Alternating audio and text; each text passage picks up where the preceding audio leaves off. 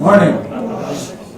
On behalf of the Holiday Island Board of Commissioners, I call this meeting to order. I want to remind all in attendance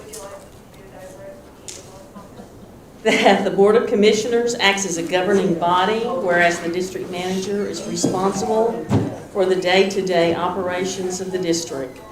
The purpose of the board as elected representatives of the property owners is to provide direction to the district manager and to assure the financial solvency of the district. It is not the responsibility of the commissioners to become involved in the daily operations of the district. Let us stand for the pledge.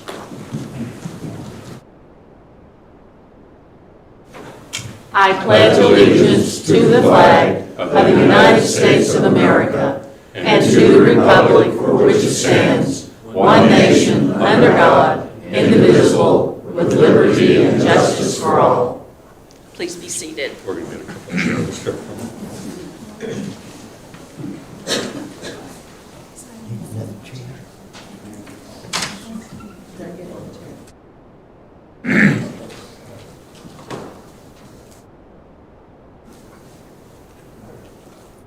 We have a couple of spare chairs. We'll see if we can find a seat for you.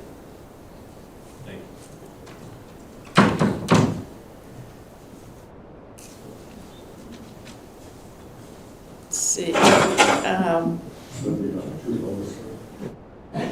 We're doing things in a little bit different order this morning simply because we want to take care of our oath of office for our newly elected commissioners.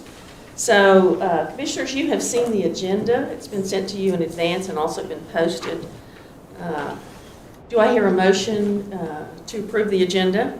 I'd like to amend it, Madam Chair, to add an item under old business, and that would be a rec center update, recreation center update. I have some ideas there, and I think we should talk about them in December.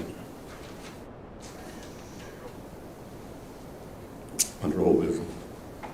Do we have such a full agenda is my only concern. I was hoping we could approach that in January. So you have a motion to amend. Do we have a second? I'll second it. Okay. Short one. All in favor? Aye. Okay, we will add a new business item about the rec center. We're going to move to ceremonial, and we decided to put under ceremonial our oath of office for our newly elected commissioners. So, Mr. Presley, I'll turn it over to you. Let you. Okay, where's Jack Deaton? He's on here. Okay, got my mic on now.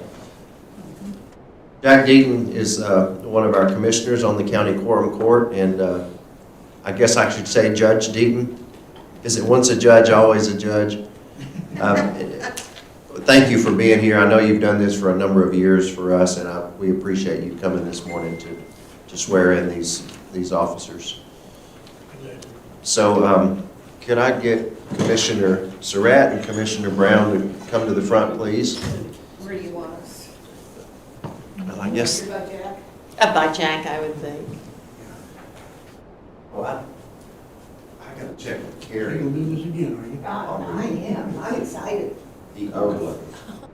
Do you have, Jackie, do you have that? They said they've got a copy in here, so I didn't bring mine. Is it in your stack, Carrie? No, didn't I give it to you? Check. That'll be the one that signs. I just went through my papers, but let me check. Almost. I just gave it to I know that Carrie had I'll make it. it easy on you. Is that There it is, good. In fact, you'll have to sign those. Here it is. Carrie already brought it in here. Raise your right hand. Commissioner Surratt, Commissioner Brown, you solemnly swear that I will support the Constitution of the United States and the Constitution and laws of the state of Arkansas, that I will bear true faith and allegiance and the same to defend them against all enemies whatsoever, and that I will faithfully and impartially discharge the duties of the office of Commissioners of the Holiday Island Suburban Improvement Districts of Carroll County, state of Arkansas, according to the best of my ability, so help me God. I do.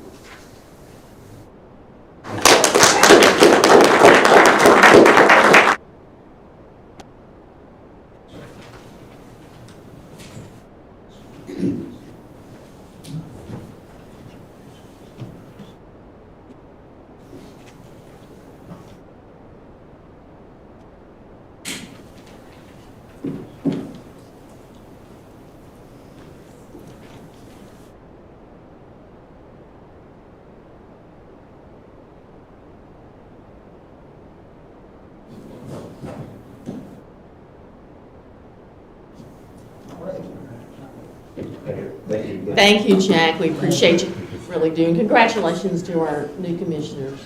Thank you for your service on the board. All right, Commissioner Surratt, we're going to put you in to work again. You call the roll, please. Yes, Chairwoman Childers, Here. Vice Chair Dyer, Here. Commissioner Surratt here, Commissioner Stamps, Here. and Commissioner Brown, Here. all present. I declare a quorum. Commissioners have received the minutes of the November 28th regular meeting via emails several times, had a chance to look at it and remark on any changes. I move approval of the minutes. Okay, Commissioner Brown has moved to approve the minutes of the November 28th meeting. Do I hear a second? That's, Okay, Commissioner Surratt has seconded. All in favor? aye. Aye. Motion has been approved. Any announcements? Let's move to public comment. Members of the audience are offered an opportunity to make comments at 2 different opportunities during the meeting. The purpose of the public comments is to offer individuals an opportunity to state a position, provide information, or present a matter that in the speaker's attention deserves the attention of the commissioners. We ask that you sign in for public comment. So, Mr. Selleck, did you want to speak at this time or during the? Yeah, I hate to be first, but I don't know how to end up first. First in the door? No, I wasn't. The other speakers sitting behind me. Okay, Al Selleck, 22 Buckskin Lane. Like, Al Selleck, 22 Buckskin Lane. Thank you. And I was glad to see Mr. Brown put the rec center on the agenda today. I've been kind of checking some of the things online. There's a CAD drawing, computer-assisted drawing online that somebody made up some time ago. I'm not sure how you're going to move forward with getting bids and such when you don't have any architectural drawings. If I remember correctly, there was an architect lined up at one time and then he was dropped and never been replaced. I'm not sure that you can get a bid just from a computer-assisted drawing. Also, for your information, whoever did the tear down, you're getting a lot of mud washing out of there. Mud washes across the parking lot, goes through the ditch, goes through the drainage ditch in my yard, and into the pond on number 1. Last time I got those heavy rains, there was a lot of mud going down there, so you might want to check into that situation. As far as the clubhouse, also, and discussion, the carpet in the dining room, I know you had it cleaned. It looks better, but it's still kind of edgy. The bathrooms, go in the men's bathroom by the pro shop right there, look at the crud that's built up on the faucets.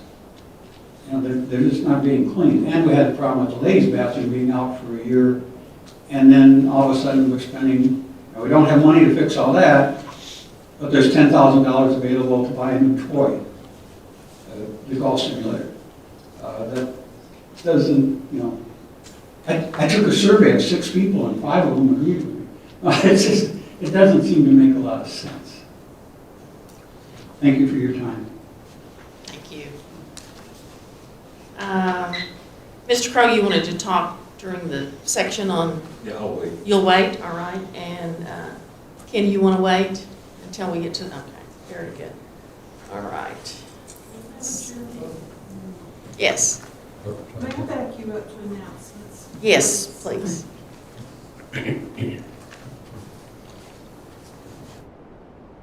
Albert, I'm associated with the Holiday Island Chamber of Commerce, and I'm pleased to come today to thank everybody who has been involved throughout the year to bring such success to the Holiday Island Chamber of Commerce. Volunteers are very difficult to acquire, and we are very pleased that all of our organizations have come together and working more in unison. And Monica, we will be getting together. What we're finding is that we have conflicts of dates on certain events, and we all try not to have those conflicts because we want everybody to attend as many events that represent the holiday in a positive light as possible. So again, I'm very pleased and very thankful that everybody has a cooperative effort from that vein. This year, we'll continue on with our business after hours. And the purpose of this is to give our businesses an opportunity to highlight things that are going on within their business. And you need to remember that 70 of our members are in the business community as a general member. And everybody says, there's not 70 businesses here. No, but there are 70 businesses and more that serve Holiday Island and are very happy to be associated with the Holiday Island Chamber of Commerce. And we want to continue to make you aware of all of those services so that you may call on them, with some confidence in their abilities and recommendations. In May, on May 12th, a Friday, and May 13th, we'll have our 5th annual Holiday Island Chamber of Commerce Big Bass Tournament. Colin Falk has stepped forward to provide a community event on the 12th from 6 to 8 that evening. He'll be selling tickets for fish fry. Those of you who participated in that last year, it was absolutely delicious and a lot of fun. It gives you an opportunity to meet the fishermen who'll be checking in for the tournament the next day, picking up their goodie bags and the door prizes and so forth. And then we'll have lines going in the water at 7 a.m. We take registrations from 5 o'clock in the morning until 6:30 that morning, and then the rest is, as you know, 7 to 3. We are very busy every 2-hour weighing in fish, and at 3 o'clock we'll give out all the awards and so forth. Public is invited to attend, but it's really a fun time, and you get to know who the fishermen are. Then in September, as you know, this past September, our event continues to grow with success. We want to make sure we pay the proper respect for the representation of that day of the people who lost their lives as first responders for that event. We had a wonderful commemorative ceremony. We don't expect anything less for this year. We had a car show, and we had 70 cars represented in that car show, and we already have commitments for next year. We're going to expand our vendors for food vendors, and we have craft vendors that are anxious to come. So expect it to be bigger and better, and of course we'll have entertainment again this year. And I've already talked to the Young Americans, and we're hopeful that they will have an even longer participation. They came out after doing a show that afternoon, had not even eaten. So we really appreciate the extra effort that the Young Americans show to promote Holiday Island in our businesses. Thank you. Thank you, Barbara, and thank you for your work with the Chamber. I think I can say that on behalf of all of the Board of Commissioners, we really appreciate that. We have received the Sheriff's report. Is there anyone here to represent the Sheriff's report? I will give a synopsis of that when I do the board comments that come out on Friday, but there were 181 calls for service. So, and 19 traffic stops, which of course you never think is enough, but there were a lot of other things that went on also. So I will provide a synopsis of that in our board briefs that go out on Friday. Yes, sir. Question. Yes. And maybe the district manager can help us with this. Can you give us a status on Corporal Ingalls? Is he no longer with the sheriff's office? My understanding I know a lot is of the that, community really enjoyed him. yes, he has announced his retirement, and I think he's just using his time off, his leave time. And I have a call in to the incoming Judge Ryder to renew our contract for the Sheriff's Department. I do know that the patrol lieutenant and some others have been filling in when Corporal Ingalls been away, so we have had the coverage. I noticed this month's report was written by another corporal, a female. My question, the reason for this, if we're going to have a new deputy on here at Holiday Island, it would be nice to introduce that person to the public and maybe publicize it a bit. I agree, Bob. I also noticed on the email, it was a name we hadn't seen before. Right. So I thought perhaps Aaron had already retired. All right. Madam Chair, one other question for Danny. So in terms of your negotiations, Danny, for sheriff's contract for the ISID, as far as you're concerned, we're going forward for 2023 with one officer like we've done for years. And depending on what the city does, that's a separate item, would you say? That's correct, yes. We're going But there's forward. really, you said negotiations, we really haven't negotiated. It's just a renewal of the current contract. Thank you. And we'll turn it over to you, Mr. Presley, for district manager's report. And one of the things that I'd like for you to speak about is you've been working with Jeff from ESI on the water priorities in the water department. So if you kind of let us know about that. Yes, that ESI is the engineering firm out of Springdale. They have contracted with Holiday Island for many years, and they are very, very familiar with our system. They have assisted Holiday Island with many water projects throughout the years, including the construction of the wastewater treatment plant. Dan is not here today, but Dan is our director over the water department, Dan Schrader. He and I met with Jeff Denhart from ESI last week, and we had a really productive meeting talking about our plans for 2023. As most of you know, if you've attended these meetings or watched them online, the board has committed, and I am committed, to taking on some very important water projects in 2023. So that was really the focus of the meeting that we had last week, was to finish the replacement of all the pressure release valves throughout the system, rehabbing well number 4, rehabbing well number 5, and there was another project in there too. But those funds, we hope, will come from the Arkansas Department of Natural Resources. And there is a program that they have which will provide 50% grant funding, and the other 50% will be on a low-interest loan. And so ESI is going to help prepare those project plans that we will submit with the application. The application deadline is February the 13th, and then it goes to a committee in Little Rock, and they make those decisions. So that's what we're working on. He'll be preparing bid packets for the PRV replacement project, and that'll go out for bids very soon. So a lot of big projects coming up in 23. Yes, sir. Could you give an update on the $1.4 million grant application and what the status of that is? I don't think that's been made public. Well, thank you for reminding me of that. That is correct. It was $1.4 million that we applied for, and that was Rescue Act money, federal money that was given to the state of Arkansas. And the state set up a committee to vet through those applications and determine who gets what.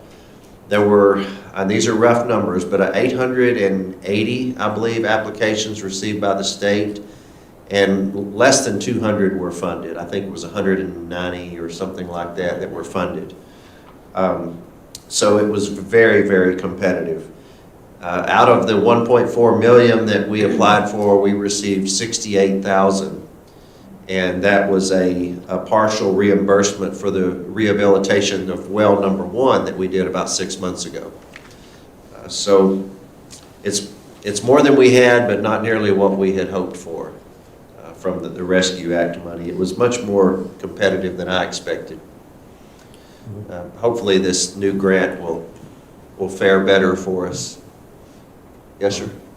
Danny, when we were building the budget over the last couple of months, we talked about that grant that you just mentioned, and out of 1.4, we got 68,000. It was interesting that Berryville, a city that's very well taxed, gets a lot of money from all those companies over there. they got 1.1 million to redo a water tank repair or replace it. But, you know, we went in for it, we tried, I think it was well written, but we got very little. But during the budget discussions, we said, well, we've got enough money, we're gonna have to pay about 300,000 matching funds, had we gotten the whole 1.4, I believe. But we set around this table, if we did not get the full amount or a lot more than 68,000, that we had the money to go forward with some of these projects. Knowing that and hearing that, why are we waiting? Are we waiting for the $700,000, $750 grant, and not going back to that well of money? The comparison with wells, but what happened to that money, and why aren't we putting it out immediately for that bid that you just mentioned for PRVs and leaks and other things? Well, as I mentioned, ESI is currently preparing the bid packet for the PRV project. And that will go out for bids probably within 60 days, regardless of what happens on this grant application. And you said what happened to the money? The money that we received, that this board committed to setting that money aside in a special fund for major projects. And so we created that fund. We put $798,000 in there. It's earmarked for special projects for water.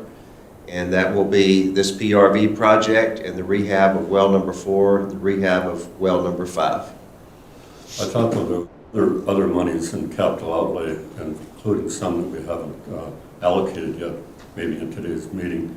But there was money that we have not dedicated to any purpose. Was that not supposed to go for water improvements as well? At the time we finalized the budget, there was still like $130,000 remaining in the capital improvement project, but we left all of that there because we did not know at that point in time what was going to happen with that particular grant. Right. And even with these grants that are coming up, and apparently this grant process is every 2 months, 6 times a year they look at these grants. And I don't know about you, but I'd love to have grant money to spend on this rather than our own. Yeah, right. It'll require matching funds, and so, you know. But I understand what you're saying about the set-aside money, but if we didn't spend it on water, aren't we going to make decisions on something else for that 130? Let's just call it 130 to be even on it. Is that money still, is that in a money market account, or is it a CD? Or you said we have plenty of money back when we discussed that. So if we could have a contractor come in tomorrow and say, I'll do some PRVs for 130, could we not spend that money on that instead of waiting until March, maybe, perhaps, for this other grant and loan? And an expenditure of that size by statute requires us to do a bid process. We can't do it with, and they're preparing the bid packets now. The engineers have to put that together. It'll be a, you know, probably close to a 100-page document. It's very, very complex. It takes someone with the abilities of a licensed engineer to prepare that bid packet. Maybe I'm beating this to death, but is there money that if we don't get any grant whatsoever, none, zero, that we have money that we don't have to borrow to work on water projects? There's $798,000 is what's in that special projects fund specifically for water projects. And that's not for a rec center building? Correct. Unless this board decides otherwise. But that's above and beyond the $1 million that we have in the money market account that is greater than we have normally ever carried. They've been very frugal over the last 4 or 5 years, and so I don't think that property owners pay their fees and assessments for us to sit and let this money build. We need to be spending the money on projects that need to be taken care of. So there is money there, yes. So we can get the PRVs done if we get no other grants other than the $68K that we just got. Or Yes. that we will get. We've got money for that. Yes. Right? We're Yes. telling that. The estimate for the PRVs was, I believe, $285,000. Okay, thank you. And the well rehab, do you have an estimate on the well rehabs? Well number 4, I believe, is around $125,000. Well number 5 is a little bit different story because the chlorine gas is inside of the well house there, and it has deteriorated everything in there, including the building itself. And so what ESI is proposing on well number 5 is to build a new well house structure. Typically, it's built out of cinder block or something like that. And we'll put the chlorine gas in an adjacent building and pipe it over so it doesn't, but that requires new piping and pumps and a lot bigger project. Okay. Yes, ma'am. Any other comments about ongoing projects? I do have a couple of comments on ongoing projects. Number one, Mr. Selleck, you mentioned the restrooms, and I briefly will address that. We had 2 other plumbers come out. Lauren is here, I guess about 3 weeks ago, to look at that. Had the work scheduled 2 weeks ago. The guy didn't show up and wouldn't return our calls. So now it's scheduled for this week. They are going to have to take up the concrete, it looks like, and just put new pipes in, but that is scheduled for this week. And the other project I want to mention is the new concrete ramp or walkway that's down at the marina that will tie into the new floating walkway that was constructed last year. And that work is being completed today. The trucks will be there actually pouring and finishing the concrete. So They're there. They're there, yeah. So just wanted to give you a quick update on that. We've been waiting for months on that. It takes a long time to get Corps approval, and but that's going to be a very nice addition to the marina. And lastly, well, we've got an item here for the monthly financials, so I can wait on a brief discussion on the financials. We talk about winter preparation. Yes, and I thought we had that under reports. We do. It's the next item on the agenda. Okay. Unless you have more to say. Well, I was just looking on here. I don't show that. I must have You've got an old copy. I have a different copy, a different version of the agenda. I knew that I added that on the agenda. It's there. Okay, good. There you go. Oh, that's okay. I think that's the only difference is that one particular item. Hey, Mike, are you ready? Thank you for being here this morning. I'd like to introduce Mike Barnett. He's the director over our roads department, and he and his folks have done a great job in the preparations for some bad weather coming our way, which may be in just a couple of days here. Go ahead, Mike. Thank you. I'm going to bring you up to date on the road department. I just took it over like in July, 1st of July in June. And we went through all the trucks and they're all running, all the spreaders are on. We've got 280 ton jack and brand new chains for all the trucks. And we did put new tires on some of the trucks.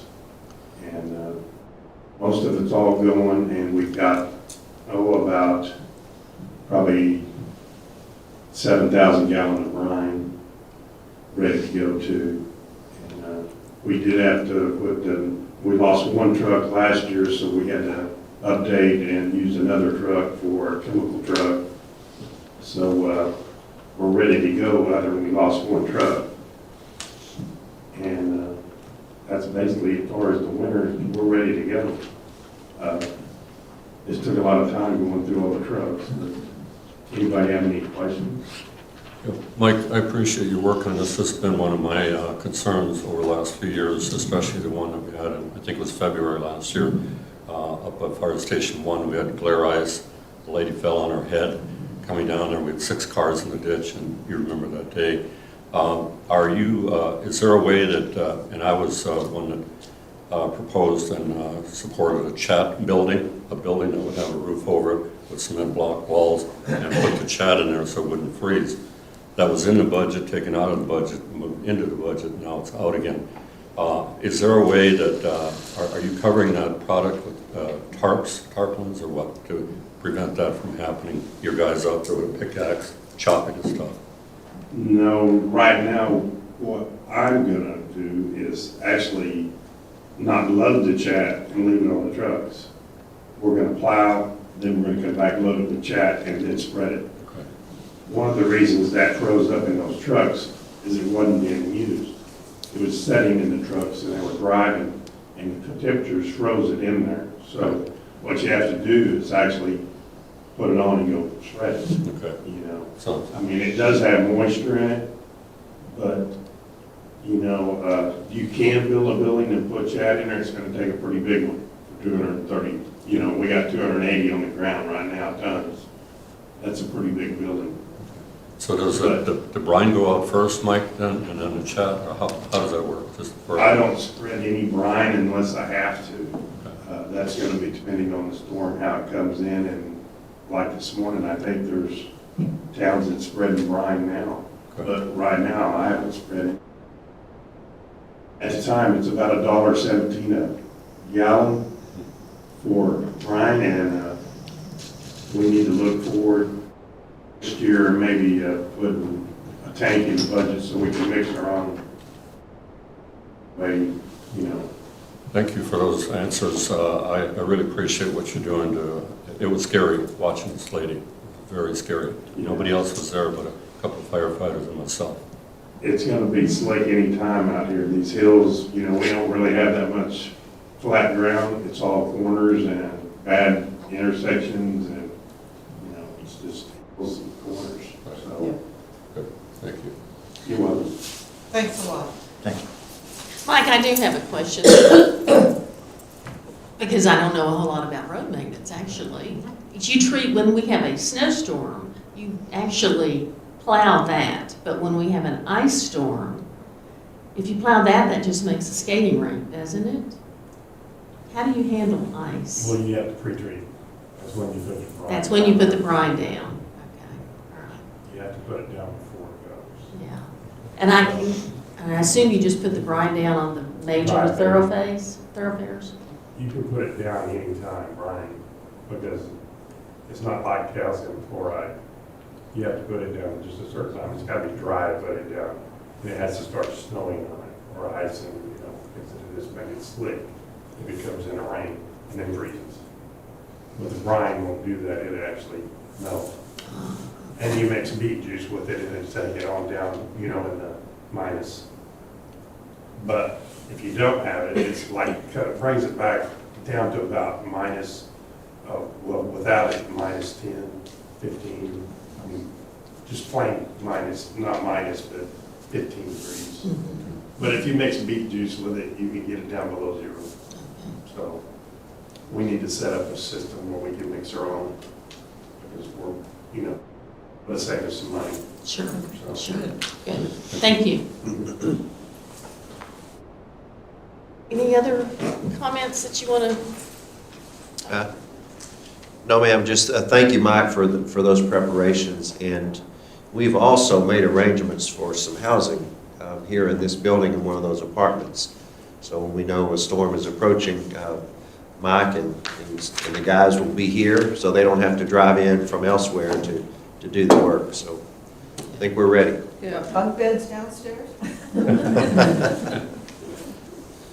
All right, let's move along to old business. And Commissioner Brown, you wanted to talk about the rec center? I'm aware of the long agenda, and so I'll be brief. I had an idea the other day, and we had an architect here, he and his wife, Charlie Morrison. Some people are nodding their head, they know the Morrisons. They were the architects on the Eureka Springs High School building, $10.6 million building, built about 10 years ago, and it's a beautiful structure. I was looking in the yellow pages on the computer about architects in Bentonville, Fayetteville. This School of Architecture is over there. They graduate a lot of people. And I'm wondering, in January, I mean now, Christmas is coming, so maybe in January, if the district manager could call some of these architectural firms or send out an email to them or whatever and see if they could come and bid on the architectural plans based on the AutoCAD work that's been done and based on what Mr. Butch did over there in Eureka, Butch Berry, and anything else that's been done, and come up with a $400,000 building $400,000, and they get about 8.5% for architectural fees. Even if we bumped it up to $40,000, that would be 10% fee. We could get something that would be put out on bids and would be going forward toward the start of the summer. And construction is not easy with the swimming pools open, but if we don't do something, our first bid was $700,000, then this one, I think that Mr. Presley gave us lately was $583,000, and the board didn't approve that or go out for bid on that. And several of us think it's too expensive, but we want to have a building there to replace the island room as a point of contact. So I was wondering, Madam Chair, if any of the other commissioners have any ideas and how we could maybe tap the wealth of the School of Architecture in U of A to get somebody to bid on this, because right now we're sort of stuck. We're stuck at $583,000, which I think is way too much for a 2,000 square foot building. And Mr. Selleck commented earlier about the rec center. He and Jeanette have drawn up a sketch of the previous plans and taken some things out, moved some things around that would save money. For instance, a laundry room. We don't need a laundry room. We need a stackable washer and dryer, and people over there, they need towels. They need to wipe off the golf carts and so forth. But we don't need a break room. We don't need a lunch room. We just need a place to check golfers in, check golfers out, all the other amenities that are, particularly the pool. And we need cameras that can be purchased rather inexpensively, good cameras for both pools. So I think if we wait till January, then we'll wait till February, and we're going to get it to March, and then the pool opens in May. So I think we need to take the bull by the horns here and get some action, some plans, actual drawings. Well, I guess I'm confused because we've already paid for an architect. We've already paid for a graphic artist. We've already gone out for bid. We received now 2 bids. This was a building that was designed based on input from the employees that work there on the types of things that are needed for that building.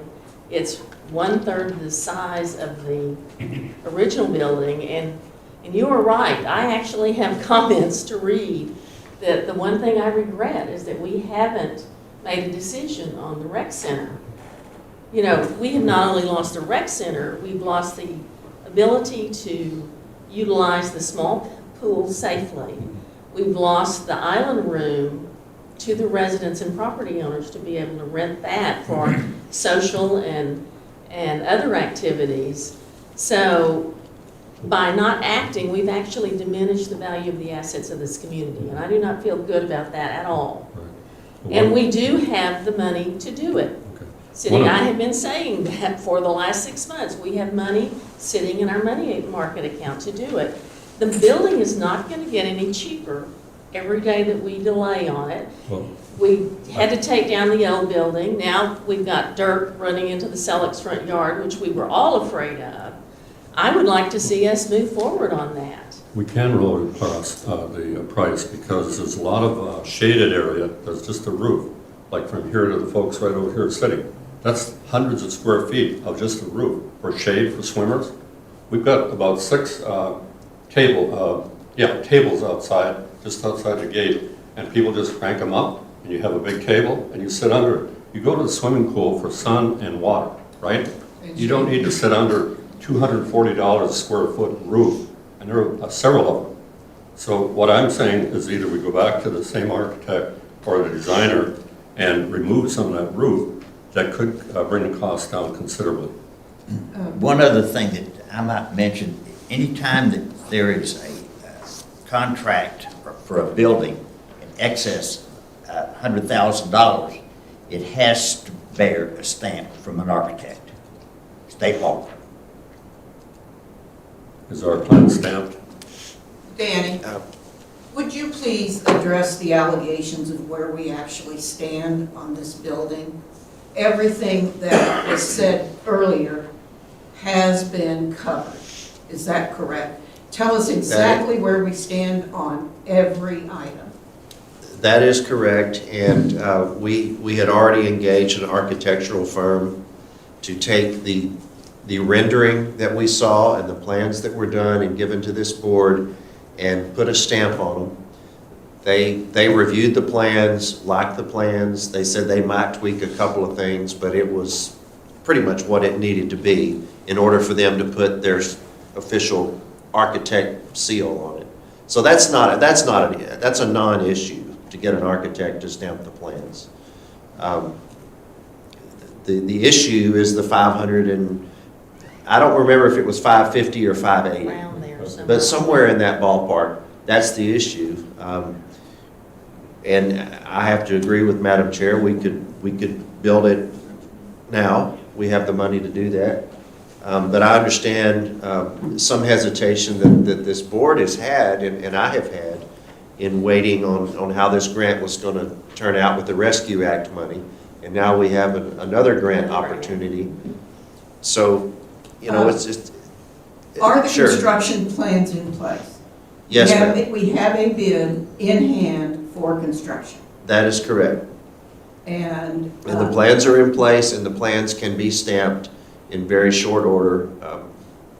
So there's no hurdle All we there. need to do is come to agreement, sign off on approving the bid, and we can get started. Yes, ma'am. I have a And question. my personal feeling is that this was under discussion when I came on board 1 year A ago. year ago. We have kicked it down the road, kicked it down the road, kicked it down the road. We have the funds available.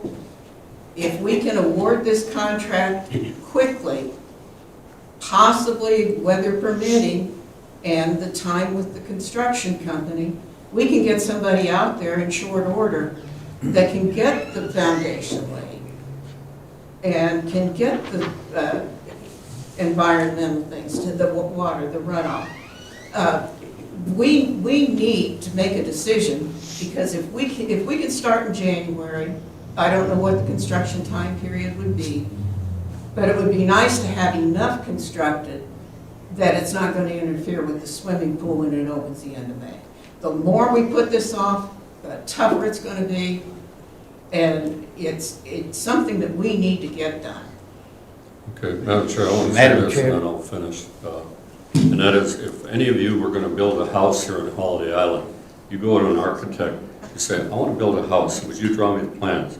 That architect comes back to you and says, Ken and Judy, your house is going to be $583,000. Whoa, we can't afford $583. We might be able to afford $400. What does the architect do then? They make the living room smaller, they make the building smaller, they make one level instead of two, they do all kinds of things, and they get it down. And if you can't get it down, maybe you need a new architect. But the cover that's 240, 220 square feet, per square foot, I mean, and the open hallways there, that's not building down there. There's no studs in the walls, there's no sheetrock, it's all open from here to the exit sign between the two buildings that are on that plan. So why don't we go back to the architect, say, could you get it down some of the ideas that some of you have told me, including Alex, we can save money on this building. We can, and we should. Because we've got a bunch of other things on the agenda. And that nice little fund from the Purple Wave sale and the sale of the lot up at the cell tower, that's a godsend. And we've got a lot of places for that. And so if we can cut, I'd probably be even happy to cut 50,000 off with 50,000. But are we doing with your money what we should be doing? And if we just say 583, let's do it, 580. It's not good management. Would you spend 580 of your money for that building? I didn't think so. Yes. Thank you. Yes. But I would also counter that by saying there's no sense in us building a building that doesn't function for both the staff and the people that are there. And what I would say is, can you go back and let's trim the roof down a little bit? Personally, I thought having shade in that swimming pool area was an excellent idea. But can you have them pull the roof back some? Sure. Take those plans to the most recent contractor we've dealt with.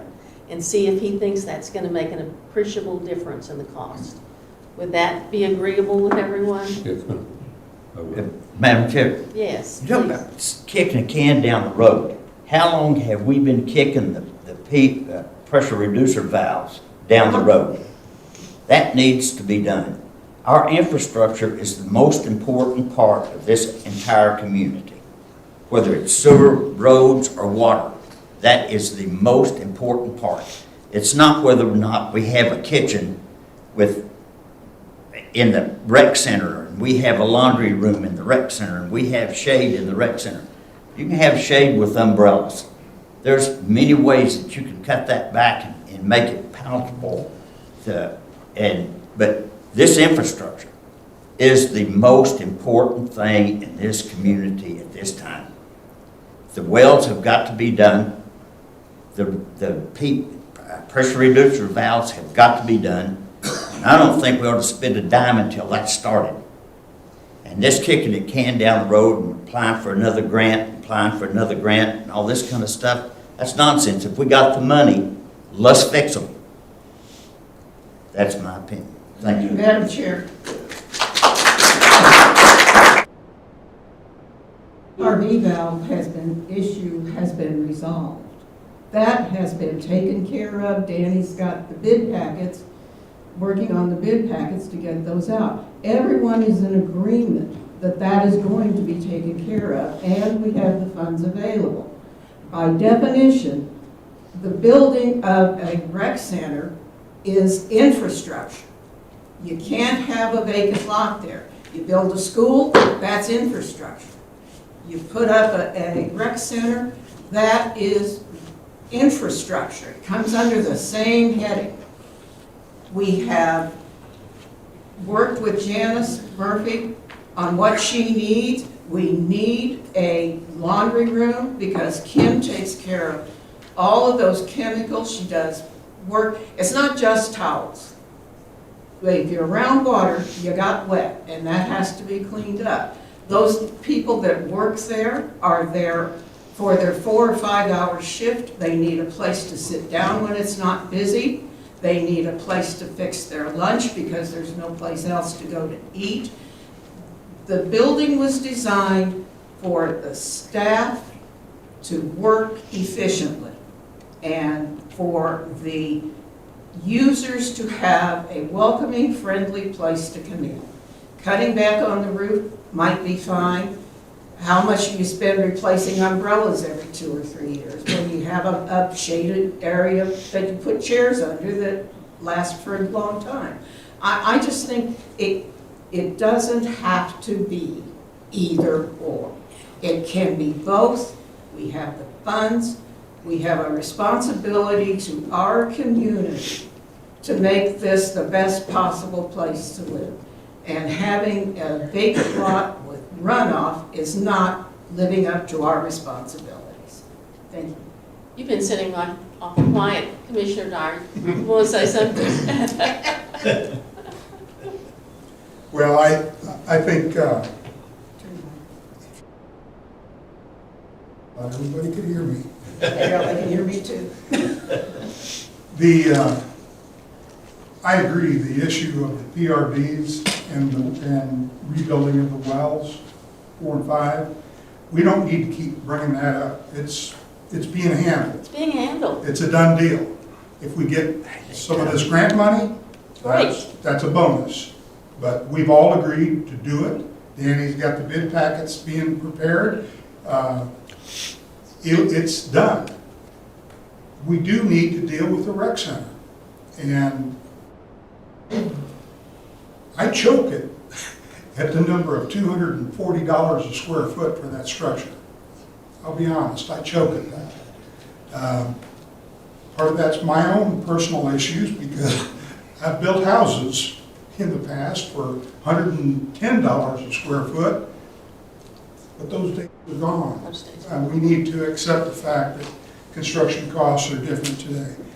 I met with the district manager last week and we discussed an alternative construction type, an idea that I had, and hopefully he is in the process of pursuing that to see if if it's something that would be viable, but I would like to see our staff focus on this the first of the year, and let's get it done. We do need some sort of structure down there. We are missing out on a huge amount of revenue at the golf operations because we leave the golf course unattended and let people just walk on, walk off, do whatever they want down there. That's crime, and that's on us. We need to step up and do something about that.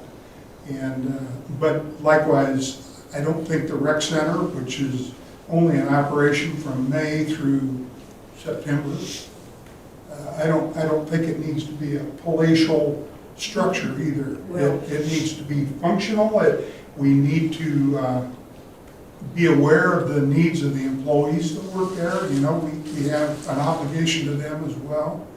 But I'd like to see ISID staff focus on this and get us something by our meeting the end of January. That's why I brought it up. Thank you for your thoughts. So are we in agreement that we'll work a little bit more on the structure and then put this on the January agenda? Yep. Yes. Okay. January agenda. All right, let's move on. Mr. Presley, I'll let you turn this over to you and let you introduce Mr. Evans, please. Mr. Evans, for those of you in the audience, John Evans is with Landmark CPAs out of Fort Smith. They have been our auditors for HICID for how many years, John? At least 10. At least 10, probably more like 15 or 20. Okay, so that they know our financials inside out, and they are a highly regarded audit firm throughout the state of Arkansas. And John, I know it's a long drive. Welcome, and thank you for being here today. And you know what, Mr. Evans, we've been waiting on this audit, but I looked back over the last 5 years, and it's been presented in October and November almost every year. So we're not that far off what we normally would have. Yeah, 2 years, I mean, I appreciate that, but, I mean, it doesn't meet our standards as far as timeliness. And so we've already worked on the schedule for 2023 for next year, to where we feel the work would be early July. And I would anticipate September, presenting at the September board meeting. Right, that'd be good. Yes, because, so I apologize for what I think is the lateness of it. I'm just going to make a few comments. We're not going to go into details because, this is December and we're looking at 2021 numbers. But I always like to point out that the financial statements are management's responsibility, the organization's responsibility, not Landmark's. And that our responsibility is to audit those financial statements and to see if they're presented fairly in all material respects. So we did that for the 2021 audit, and the audit is a clean, unmodified opinion that the financial statements are fairly presented in all material respects. There's one thing on the numbers I do want to point out. It's just, there's a statement of cash flows that's presented, and I just want to point out that for 2021, net cash from operating activities was about, just a little under 1.2 million, compared to 2020, which was just a little under 1.3 million.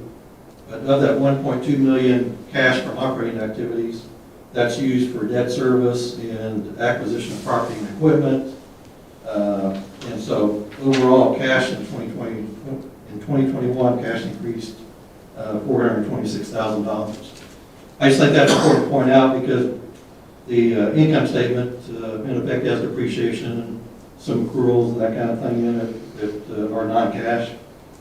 The other audit report that we prepare, because you're a government entity, we do the audit, and of course government auditing standards, And as part of that, we look at internal control over financial reporting, and we look at compliance with laws and regulations. And our report on those areas, there was no findings that were required to be reported in those areas. So that's a good report also. In 2021, there was some turnover in the accounting staff and management, the administrative area. And so, I think overall, in the accounting department, they worked really hard with those changes to get, by the end of the year, get good, clean numbers. Those are my comments. I'd be glad to answer any questions you all might have. Just for the benefit of the audiences here, can you give a little quick synopsis on what happens in an audit so that people will know? Is there a quick synopsis? Yeah, kind of. It's not a detailed synopsis, but let me, in our audit, there's a new audit report, which is exciting for, CPAs and auditors, but not so much for you all. But it goes into more detail on the, basically your management's responsibilities and the auditor's responsibilities. So let me just, I'm going to kind of read out of that some of the key things that take place.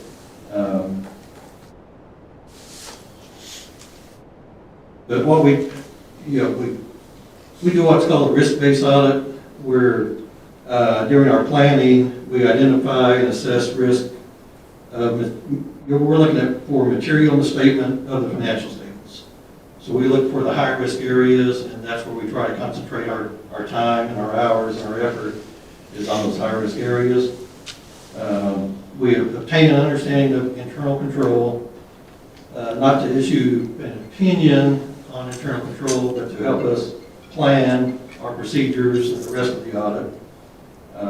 We do some walkthroughs of those internal controls to see that they're functioning as they're described to us. We evaluate the appropriateness of accounting policies and the reasonableness of significant accounting estimates made by management. In the case of your financial statements, there's some significant estimates related to depreciation and allowance for doubtful accounts, and also the pension liability. And then we have to, one of the things we do is to see if there's any substantial doubt about going concern of the entity. And this, we have to look 1 year ahead, basically, on that. And, I said it's fine in that regard. So we do those things, and then we get into the detailed work where we confirm bank accounts. We look at, the high-risk areas are accounts receivable and revenue in this audit. And so we spend a lot of time on accounts receivable and revenue. Thank you for that. And I'll say, an audit is not looking at every single transaction. True. There's sampling involved.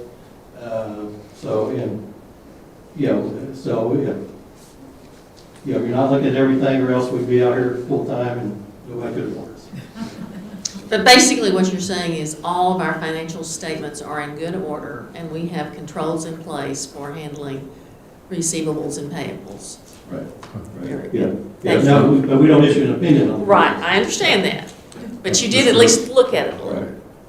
Thank you for being here on your report, Mr. Evans. I have one that I asked a couple of years ago. I don't know if you were here or one of your colleagues, the CPA, but I was wondering if you check on point of sale transactions. We have the marina, which is a big point of sale place. We have this building, the office where all the assessments come in. We have the rec center over on the island, a smaller amount of money for sure. And then we have the pro shop, the golf course up on the Holiday Island Drive, which is a much larger point of sale. Does your audit cover anything like that, or talk about that? We don't cover all those areas, but I do remember the question, and I don't know if it was relayed to me from maybe Eric Court, maybe at that time, but But we do look at some of those areas, yeah. Now, it's more of gaining an understanding of it and then seeing if it's working, as it should be. So, I mean, and I'll tell you, if somebody was to, steal a sleeve of golf balls from the pro shop, that's not gonna register with us in what we do. Yeah. But as far as the procedures, yeah, we do, look at some of that. Well, the golf balls and the gloves and so forth, hats are not much money, a little bit of money, but the big is green fees. If two people come in, it's $100, and that's added. Now, I hope everybody doesn't get me wrong in here, but I'm not saying anything about our great employees. We have 57 of them, and I trust every one of them. But every week in the Arkansas Democrat Gazette, every week, and I go back through and find them for you if I could, somebody is stealing Tri-High money, Booster Club money, Girl Scout money, and it's thousands. The sheriff in one of our counties, his daughter was working there, 37,000 flying out the window. So if we have a $4.7 million budget, that's a lot of money. That's a lot of money in my budget, for sure. And so I'm glad you're looking at least procedures, if not actual dollars. So, Yeah, and I've noted the green fees, as maybe, as an area that maybe we should look at. Because I don't know specifically we've looked at green fees. Yeah. Okay. And I'll say that, one of the things, you mentioned trusting your employees. One of the things that's noted in our report is that we maintain professional skepticism, and that, while we don't think every employee's lying or cheating or stealing money, we rely on what they say. We rely on that with professional skepticism, that we're going to corroborate it with actual, looking at documents, invoices, deposits, that kind of stuff. Madam Chair, other people have a question. I'll get it one later. Mr. Stamps, any questions? No, I don't have. Okay. Any questions? My question would be on lots that are either being foreclosed on and or partially in foreclosure. The foreclosure has been done. Lots going to the Commissioner of State Lands. Do your accountants look at those, and how are we treating those with our audit? Can you give us a little background on that, or a little information? Well, when a lot goes into foreclosure, from our perspective, the thing that we look at there is, if assessments are still being, if there's assessed, that's where the allowance for doubtful accounts comes in, as far as, are those going to be collectible or not? And over the years, right now, the ISID uses a 40% of, 40% is uncollectible. So the allowance is 4% of the gross, 40% of the gross. So that's, from an audit perspective, that's how, how we get involved in that, and what we look at. So you think the figures that we have on that item, on those items, is correct? I mean, it's the way to do it. What we've been doing. We look at on estimates, we look to see if they're reasonable. Okay. And that's a reasonable estimate. Yeah, can somebody argue, it should be more, it should be less? Yeah, absolutely. Okay. I think that's an area that I talked to Danny last week about that. Just an area that needs kind of constant attention, not every day, but periodically, that needs to be looked at. You don't want to be carrying a bunch of old assessments receivable that you're never going to get. Okay. Thank you, sir. Any other questions? Thank you for making the drive. Oh, yes, that's right. You had a comment. I'm sorry, Ken. Ken Bell's 20 Rocky Top Circle. I've been concerned about the accounts receivable, assessments receivable. I looked at your report, and you said that last year you had $303,000 in allowance for uncollectibles. This year you upped that to $606,000. I do not see that reflected in the statements of the DOC. do you make an auditing adjustment for that? You wrote down the accounts receivable from 1.2 or $3 million down to 900 and some thousand. I see no offset. I don't see that reflected in the profit and loss statement. It's in there. But it was an audit adjustment that we provided to, Well, I don't, you gave them audit adjustments? yeah, it was, Well, how come at the end of 2020, when you said you had 303,000, going forward, they only had $80,000 set aside for uncollectibles on their statements? I can't answer that, but I know what our statements show. I mean, The information we get from, the numbers we've got, I'd have to go back and check. you still showed $1.5 million profit. And I see nothing in there in your profit and loss statement showing bad debt expense. Where is it? I'd have to go. It is in there, yes. I know, I asked the accountant about that. When we foreclose, what account do we lower, what account do we raise? And she had a really logical adjusting entries that she made in that regard. Usually it goes against your allowance for uncollectibles. Yeah, But when you set up that allowance for uncollectibles, you have to have an offsetting expense account. exactly, and that's what I couldn't figure out And what it's it not in your was. statements, okay? Yeah. And I don't remember what she told me either. Whatever it was, it made sense to me at the time. I'll see if I can find out. It does make sense to me because I can't see the loss Yeah, yeah. reflected. The other question is, you go down through it and you show the operating profit and loss is 1.6 million, and then you come in with the adjustment for depreciation. There's a lot of misconceptions about what that depreciate. I did governmental accounting for the government for a while. Calculate the depreciation as if you were a commercial business, so that you had, but to me, it's a memo account. It doesn't It's a non-cash. impact your cash basis or any of your assets. All your capital items are expensed at the time of purchase. But no, this is an enterprise fund, so the capital items are set up on the balance sheet and then depreciated over the rest of the useful life. No, they're not. Yes, they are. When they buy a piece of equipment or they buy a building, they pay for it then and expense it. No, Mhm. no, they don't. No. It's over the useful life, isn't it?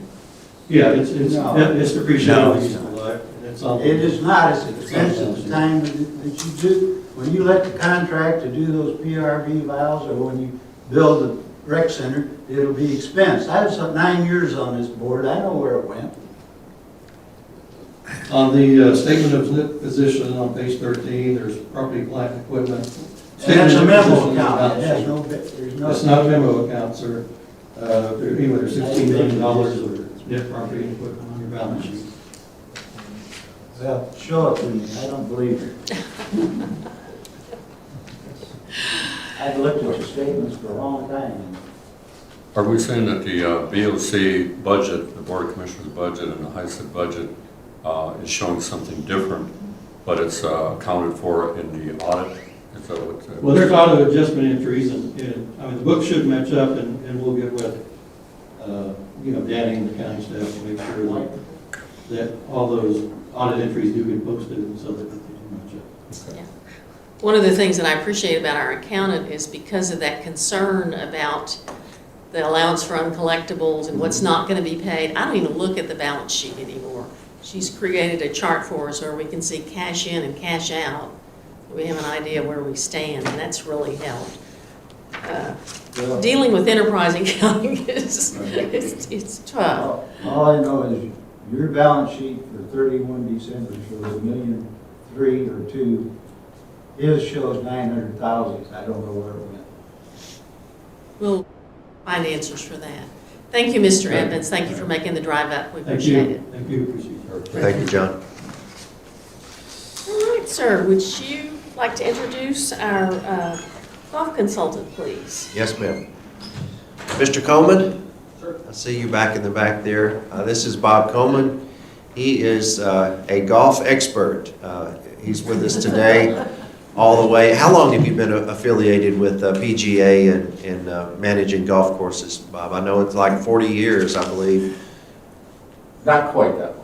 Okay, I might look old, but I'm not quite that old. But, no, 30 years in the industry. I'm not your typical golf pro. Judging from the number of hits that were on my LinkedIn account, I'm sure some of you already looked me up to see who I am and what my background is. But you know what I basically want to tell you is that 30 years I've spent in the industry has been running golf businesses. That's what I do. The places I've worked, it's kind of, the reputations of those places precede me. You look at places like the Boca Raton Resort and Club, PGA National Resort and Spa, Turnberry Isle, the Biltmore. Okay, anybody that plays golf has probably heard of all those places. Okay, so when I say the places I've worked, the reputation of those properties has preceded me, that's the most important thing. Nobody knows I was a director of golf. Okay, as a matter of fact, when I went there, Biltmore was losing money. Turnberry Isle was losing money. The Boca Raton, golf was the reason why people didn't go there as opposed to going there. And when you look at the properties now, basically what I do is I go in and fix golf operations. There's not a cookie cutter mentality. I don't work for Troon or for Kemper or anybody that has their models. That's not what I do. As a matter of fact, I'm trying to retire. Really. But I got a phone call from Danny, and he said, would you do two things for me? Would you come up and visit the property, which I did on October 6th through the 9th. I was here. And I got to interact with Lauren and with Tyler, and went into the community. The mayor, he's already told me that I'm out of dress code here by wearing a tie.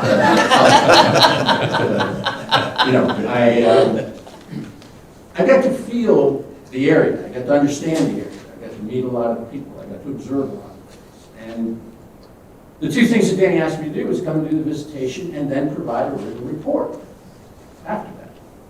And I said, sure. And I gave him a price. It's probably about 10 cents on the dollar for what I normally would charge somebody, and came up here and I did it. So, I do this because I want to help golf operations. I want to help the people that are in that golf operation realize what their potential is. And, I've written this report. I don't want to, really get into too many discussions about whether, because some people are going to disagree with me. But everything that I have in here is facts. The numbers don't lie. Okay? I've put in here an analysis of your golf rounds and revenue. I've put in here how you utilize your starting times. I've analyzed the discounted fees, your membership fees, everything in this report. And I'll go through in a little bit more detail, but your annual and daily greens fees, how you handle your golf carts, how you're handling your driving range, your food and beverage operation at the clubhouse, the executive 9-hole golf course. And then I did the scary thing, is I provided you with what my thoughts are and what my recommendations would be so that you can be better in the future. Okay? Consultants usually don't do that. They'll just come in and tell you what's wrong. Then they'll tell you we'll fix it. They don't take time. Okay? That's not me.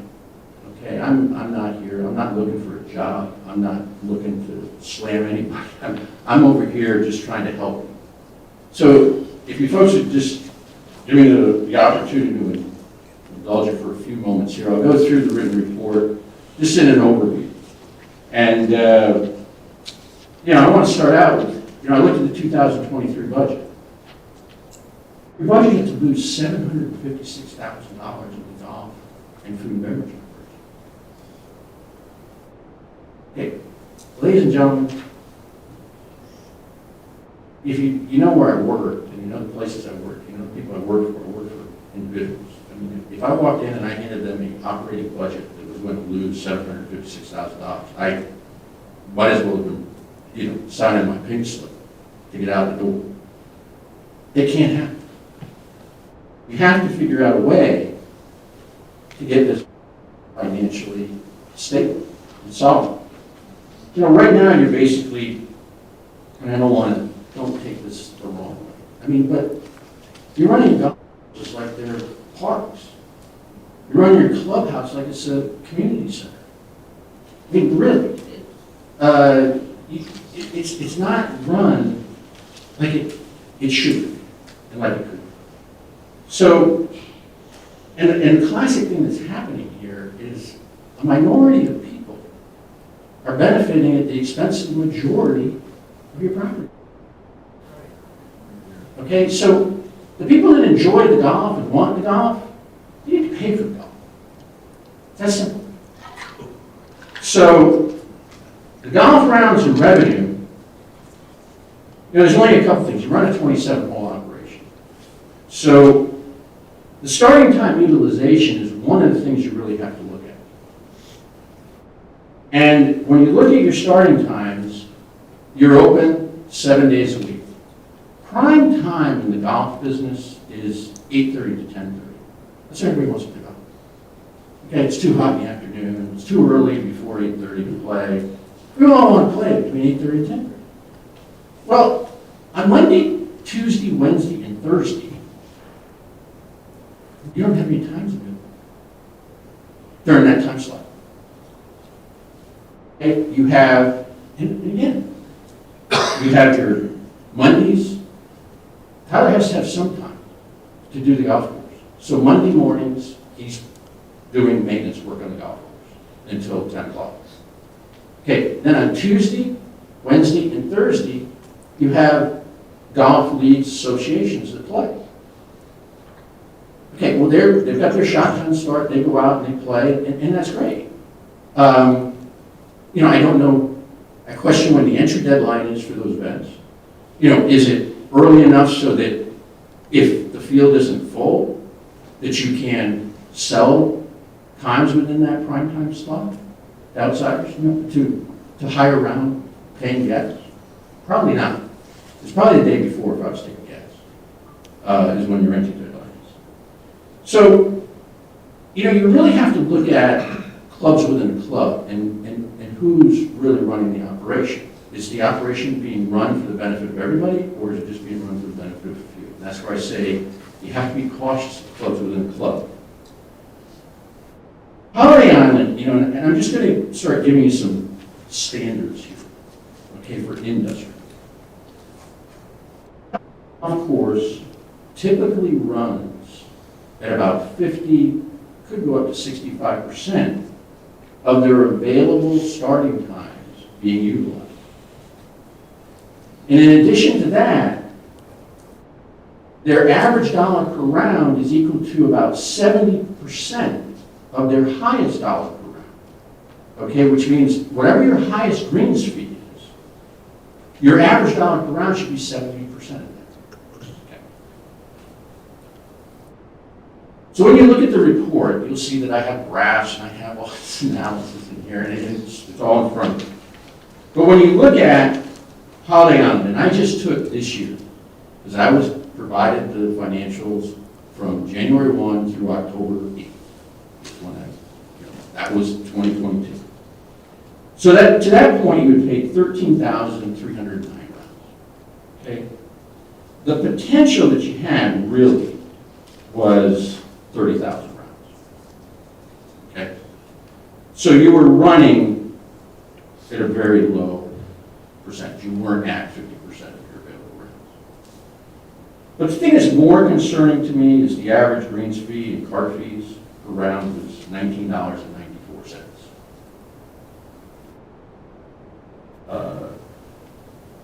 That right in and of itself is $17 below where you should be, because your highest round is $50. So $37.50 should be where you're at. So you're really undervaluing your asset that you have here. Tremendously undervalued. You need to set up a business plan that's going to get you out of the red, bottom line. Okay, and you only have a limited annual greens fees, memberships, daily greens fees, cart fees, golf shop membership sales, food and beverage operations, running property, however you want to do it. All these things enter into it. So, let's just look at your member rounds. And I question whether all the member rounds are there, to your point. You have privately owned carts. You pay an activity fee, which is a membership fee. I live on the 5th hole. Walk out the door, get in my cart, go out to the 5th tee and go play golf. There's nobody coming down off far green. I'll shut this way. And, so you paid your fees, you paid your annual cart fee. What? I get it. I understand it. But at the end of the day, you had 7,372 member rounds recorded out of your 13,000 rounds. Okay, that's 55% of all your rounds, which I think. And it generated $114,667, which represents 43.2% of your total greens and cart fee revenue. Not good. Okay? As a businessman, that's not good. And, that, when you look at your average dollar per round, if you just look at $85,988 in greens fee and cart fee revenue, it's on your P&L statement, it comes out to $11.66 a round that the members pay. And again, I think that number is inflated. Now, if you put in all the annual cart fees and the private cart passes and everything else the members paid for, that's how I get to the $114,000 total greens fee and cart fee revenue. So now you're at $15.56 a round. I'm trying to get to $37.50, and I'm only using your numbers. I think your product is worth a lot more than $50. Trust me on that. It is worth a lot more than $50. So the $37.50 is really low, but you're really low below that. So now you have another category in your rounds of play, which is called discounted punch cards and special weekly programs that you have and everything else under the sun. I guess trying to entice people to come out and pay a little bit to play golf. I assume that. Well, out of that, you have 2,823 rounds out of your 13,000 rounds, which is 21% of your rounds, which they're greens fees. They're paying greens fees, okay? $24,000 you collect. Okay, that's $8.69 a round. Okay, think about it. England, on a golf course, for $8.69.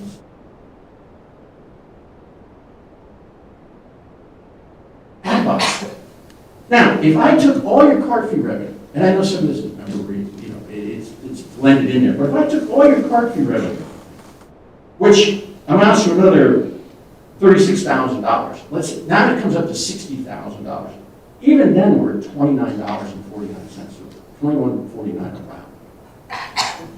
Okay, and this is coming from 22% of your play. 22% paying $21. You got another 55% paying $15.56. Now you get to your lowest category of rounds, which is the non-discounted round. Okay?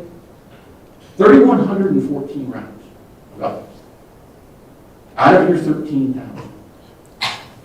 23%. Those folks are giving you $102,953. $33 a round.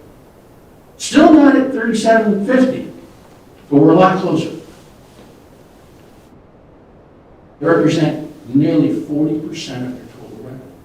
Comes from 23% of your total rent. Looks like that. Okay. Again, all this is from your numbers. So here I look at your annual and daily greens fees. Okay, the annual fees I call membership fees. You're charging right now $750 for a property owner, $1,200 for a non-property owner, single to be a member here. It's like 12 months out of the year. Remember.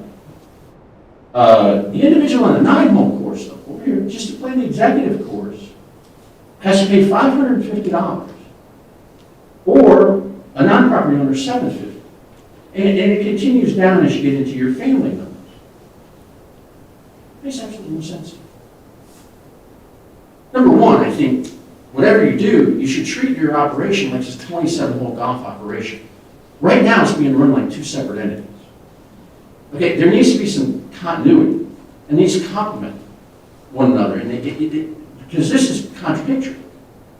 You know, it would make logical sense to me if you said, okay, well, we got an 18-hole course here, we got a 9-hole course down here. Okay, well, it should be double. All right, so $1,100 as opposed to $750 would be what the membership should be up top.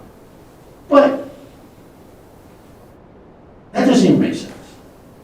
Because you're comparing an 1,800-yard long golf course to an over 6,000-yard long golf course up at the top of the hill. So it really should be 3 times.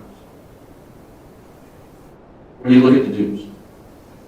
Really should be. And just using your numbers, okay, that would mean that an individual property owner should be paying $1,650 annually to play.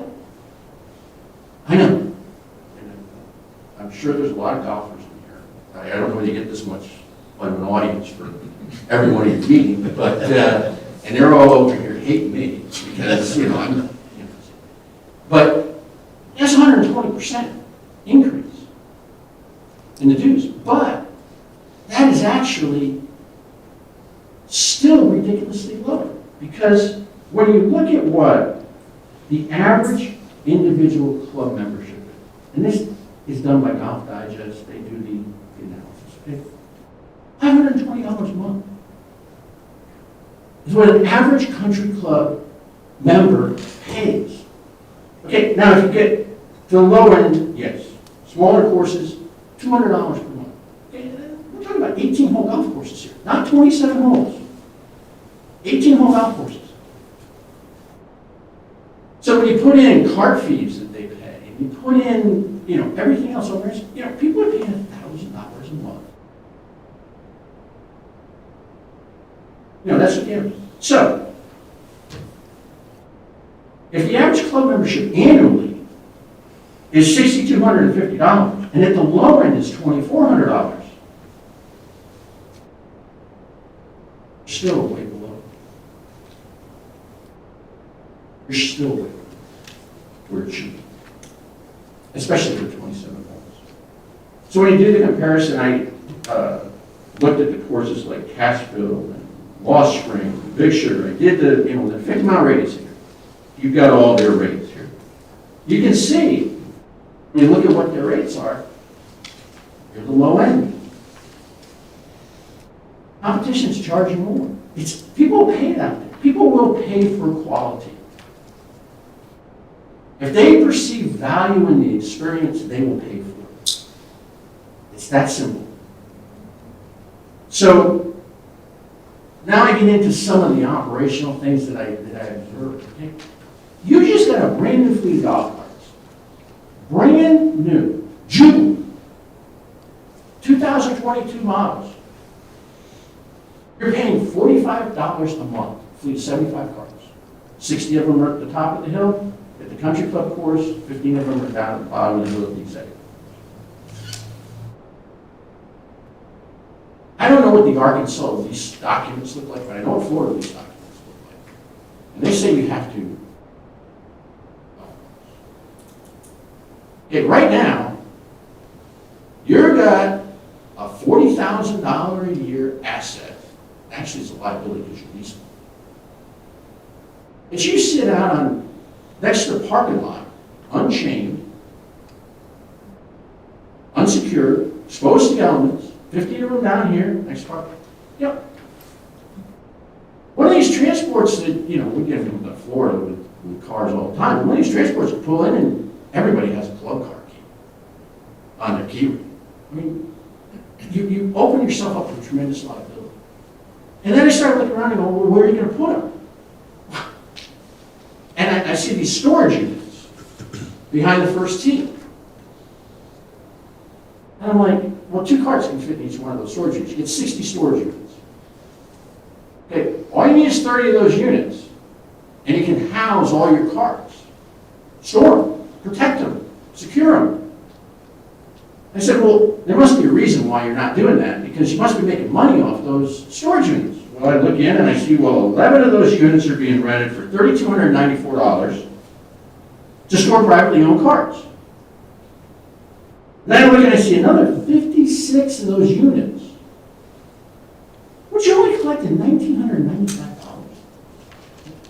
Something wrong, but it's not. So you're getting $5,289 annually to store individuals' personal property. The junk that's in their garage that they didn't have room for, they moved over there. And I would too, if I could find a storage unit that would only charge me that amount. You need to clear out 30 of those units and rent the other 30 at a reasonable fee. And a reasonable fee is $150 a month. Okay, just look at, go online. You can see what a storage unit costs. So, your annual trail fees and your cart fees. Again, okay, your discounted cart pass generates close to $13,000 of revenue, and your annual private cart trail fees generate another close to $16,000 of revenue. Okay, which I included in your member accounts. Okay, as part of your revenue. The benefit is truly for the members. There's no benefit to the club, okay? Because privately owned cart, there's a reason why carpooling didn't work, doesn't work. People view that car as their private space. And unless you're a family member or a real close friend, you don't want some stranger sitting in your car. Okay? So private cars are private cars. One guy comes out, they pull it out of the garage, they come out, they show up at the first tee, and his 3 buddies show up, they have private cars, and they all show up. Well, normally, if you're running a golf course, and Tyler will attest to this, you have 2 carts per starting time every 9 minutes, okay? The compaction that's created by those golf carts and the wear and tear that's put onto your golf course, it's double with your private carts. Because now you have 4 carts going down the fairway. And I don't know whether, and I haven't gotten into it, whether what the restrictions are on tires and everything else, but there's certain things that you just can't have happen out there to preserve your asset, which is the golf course. I mean, look at that map. You're setting your space as golf course. It's your biggest asset at Holiday Island. Is the golf course. But it's not treated that way. So, you know, you can look look at the average golfer, average golfer, and this is a guy that has, this is a lady or a gentleman that has a U.S. shaking, okay, plays 60 rounds of golf a year. A private country club member plays 71, and I am willing to bet. And the group that's out here, they're guys that are probably, and ladies that are topping close to 200 rounds. Oh, yeah. Oh, yeah. See, no disagreement. Okay? So I use 71 rounds, the national average, to base all my calculations on. So when you're able to hit you $15,000, if they played 71 rounds, guess what? Offered $2.75 a round to drive their cart around on your acreage that you're maintaining. Great. Subsidizing it because you're taking out of the general fund to pay the deficit. But that's a few people that are benefiting. So you need to recalculate that. You need to make a reason. Make it just, you need to justify that. So, you're looking at closer to $1,065 a year compared to $210.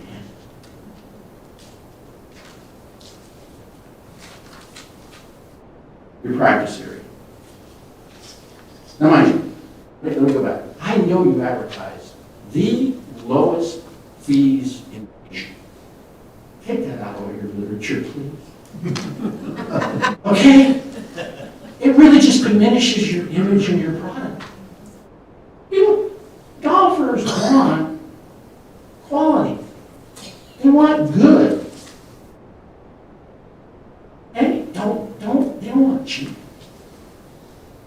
And you've got rental properties here that people come and pay whatever when they're on vacation. You've got people who are in the area that'll come and pay whatever. You have people that'll join if it's really good and they see it. Don't cheapen. The driving range. Close. Okay? I mean, I know. You've got all your information that says, unique driving range in the Ozarks. It's unique. This is no business game. Me, as a golf business person. You generated $6,000 in revenue on the driving range. Year to date. 954 bags of balls went out. 954. About 50 balls in a bag. 47,700 balls. 3,975 a dozen. Okay. A dozen golf balls, range balls, it's $5. A dozen. Okay. So, I doubt with the design of your driving range, you get 50% of those balls retrieved back after they're hit off the deck out into the abyss out there. Okay? It's a beautiful view. Sat there on the deck and look out. It's beautiful. When it's here in October, the leaves start to turn. It was beautiful. It's wonderful. How much do you pay somebody to go look for the golf balls afterwards? I mean, you couldn't pay me enough. I mean, there's wildlife down there. You might not come back. Holy cow. But, it is what it is. So, I'm looking at this as a business. So if you're paying $5 a dozen for 1,987 dozen range balls, you paid $9,809. You brought in $6,000. Those it.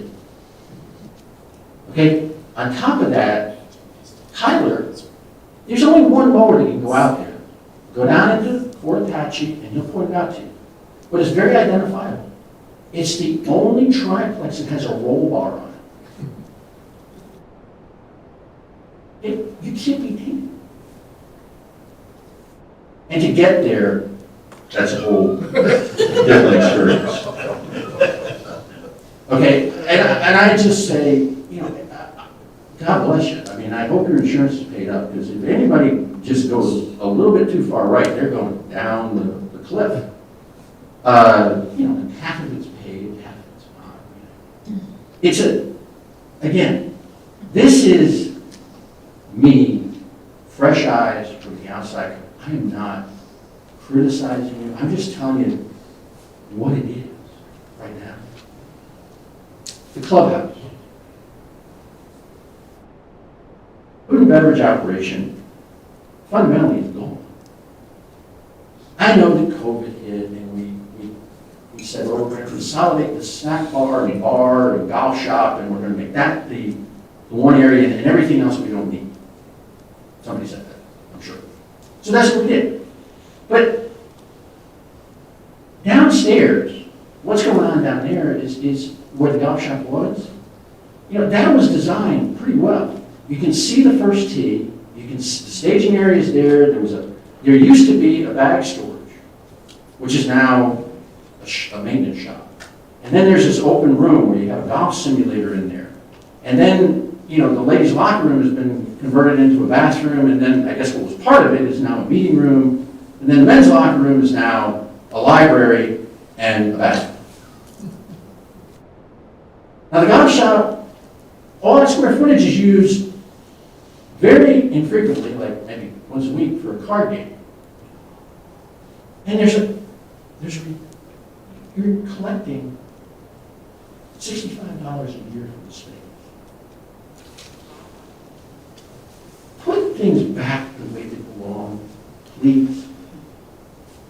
The golf shop needs to go downstairs. The golf shop's point of sale needs to be down there. It doesn't need to be, you don't need to be standing in line to check in to pay if you're a guest from outside, pay your $200 for your foursome to play golf behind a person that's over here trying to get a hot dog and a cooler of beer. Here, wait a minute, I gotta go get the cooler filled with ice so I put beer in it so that then I can come back and collect your $200. It doesn't work that way, folks. You wouldn't like it if you had to deal with that as a customer.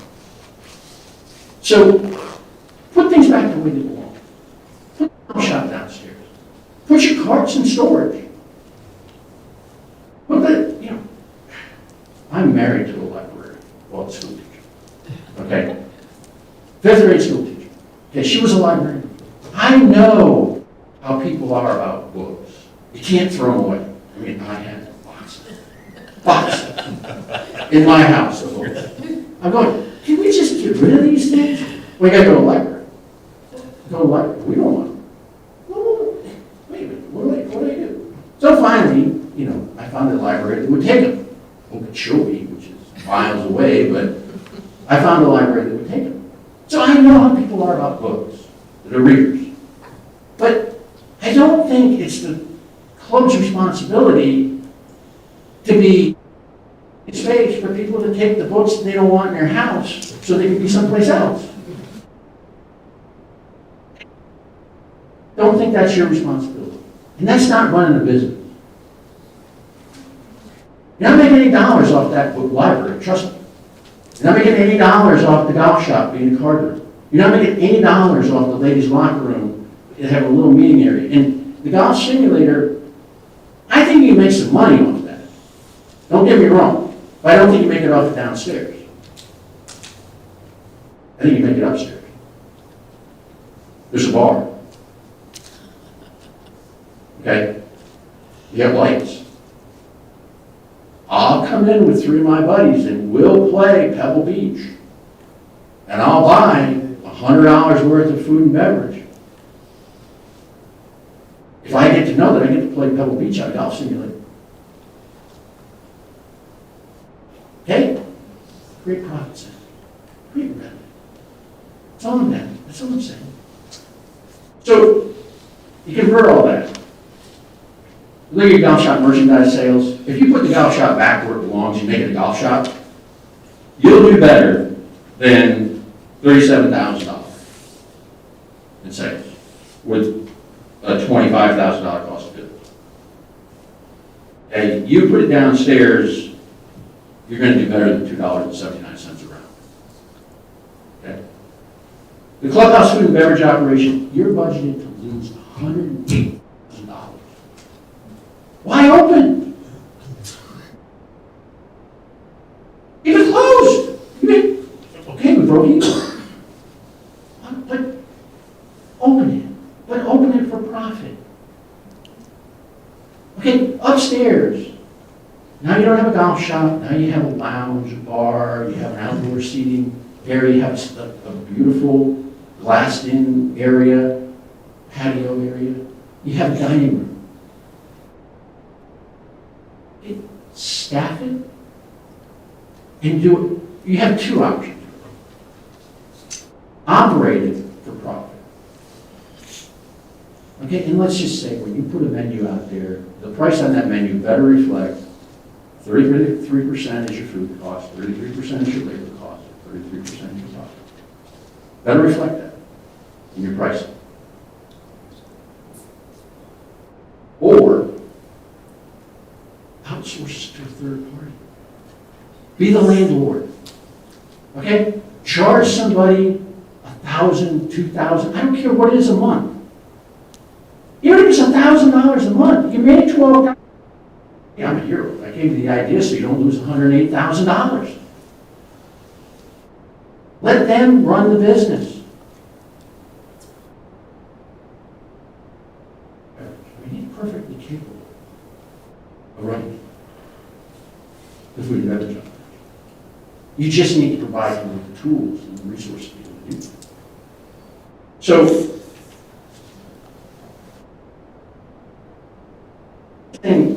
you're going to, in the staffing of the operation, I've given you an outline there of what I think you should, and all that's up for discussion. Okay, that's not written in stone, but I'm giving you a model number. The 9-hole executive golf course. That is your greatest opportunity for success. Your greatest opportunity. The walking around the facility, the 9 holes that exist there, it's not great. Okay, it's not very great. But I look at tennis courts that I talk to the staff and they say, these things haven't been used in years. Not weeks, years.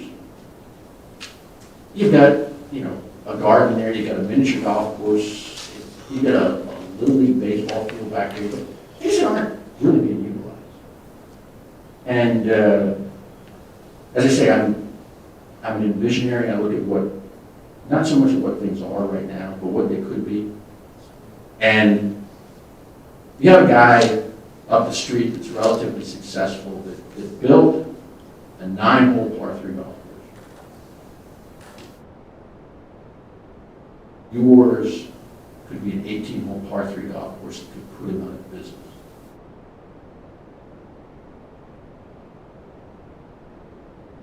I built one in Palm Beach County. We're getting $75 a round right now for an 18-hole, 2.5-hour experience. That equates to $150 for an 18-hole. Great, it's not a nice piece of property, but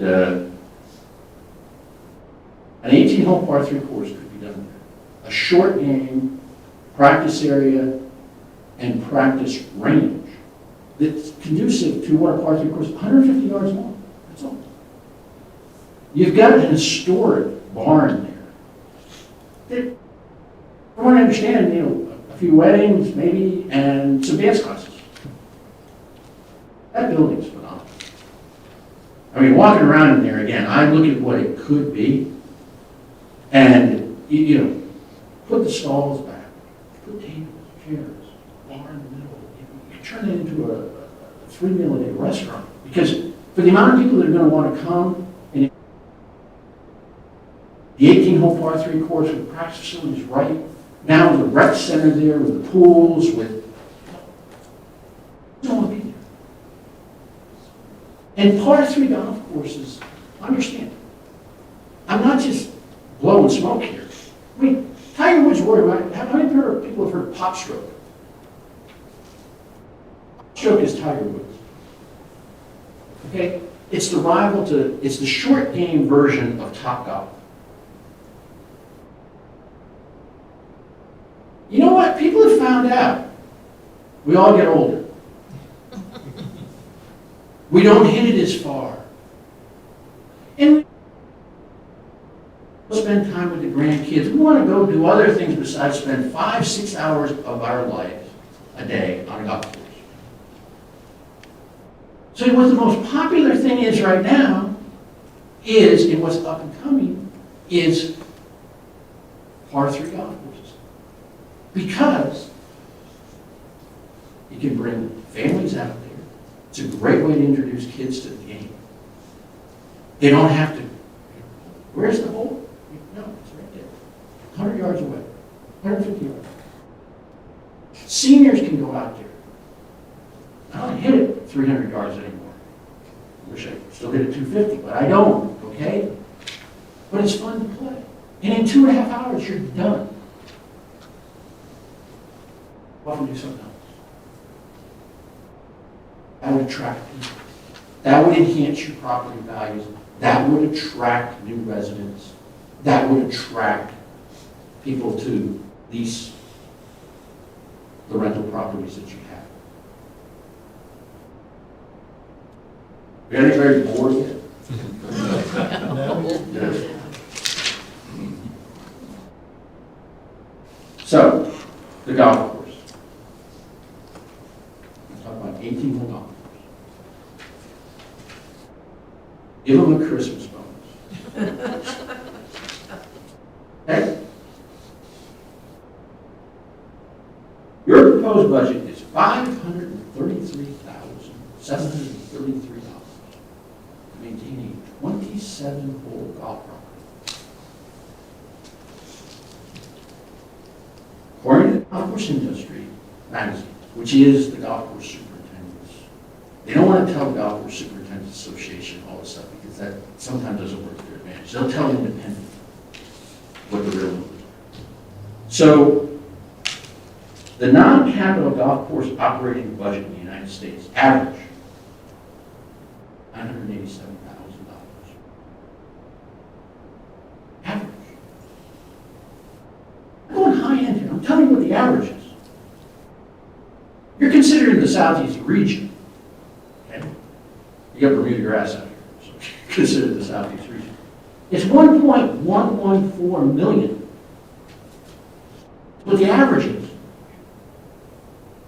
The average number of employees to maintain a golf course, I can tell you right now, it's not 8. It's 27.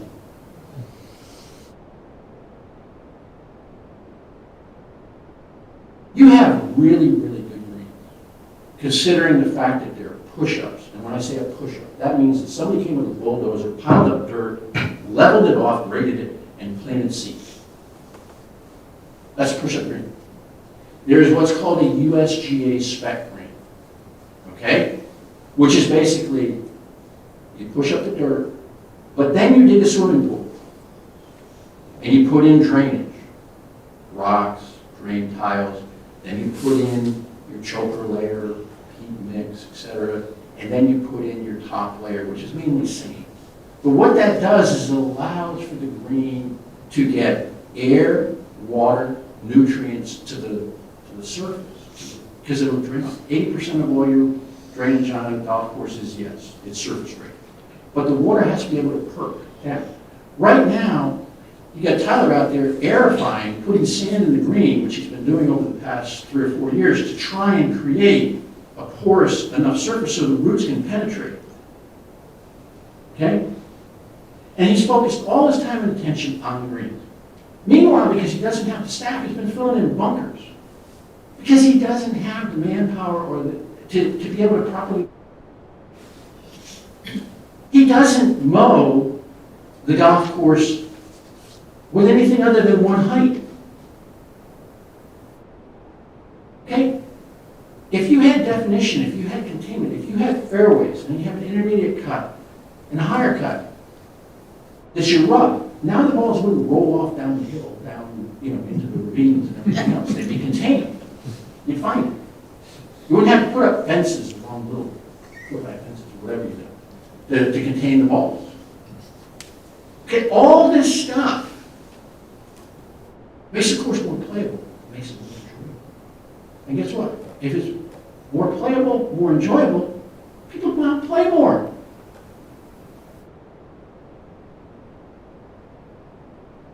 You can't do it. Okay, I'm just telling you right now. I got a list here of what positions would be, you know, how many staff you're looking at, do manpower analysis. We can show you. Okay, how long it takes to mow a rig, how long it takes to mow a tee, how long it takes to mow for daily, weekly, monthly, quarterly, semi-annually, annually. Come with a number. Divided by 2,080. It's not rocket science. Pretty simple. Got an agronomy plan for you that we put in here. Got your equipment list. I didn't assume anything right in this report. I didn't assume that you knew anything about golf. Here's your equipment list. This is what you've got. This is what's leased. This is what's owned. Keep up with your rolling leases. Some of your own equipment is starting to age. You gotta look at that. Wish list of equipment you could have. It's interesting you were talking about the water. This is, I think, a simple fix. I'm not sure. Right now, the way you irrigate the golf course is that you have a well at the entrance by the 17th tee with an electrical panel. You pump water out of that well up the hill to the pump station inside Fort Apache. It goes into a reserve holding tank in the ground. And then Tyler operates the golf course irrigation system off that. Now, in order to irrigate the entire golf course, he has to start before the sun sets. And he has to finish while the sun's rising the next morning. Because he doesn't have an adequate water supply to be able to run more than one zone. Okay. Again, I spent 4 days here. Some of you probably think that was 3 too many or whatever, but I went, and he pointed out that you built a beautiful water tower up by the 15th green. Really nice. And I hope it supplies all the water that you need to do. But next to it, you abandon the old water tower. You know, I think, I know what I know and I know what I don't know, but I think that abandoned water tower might be a good reserve water tank for the golf course irrigation system, and you can tap into the main line right off the 15th hole there. I think you might solve his problem of being able to irrigate the golf course properly. And especially as we move forward. So,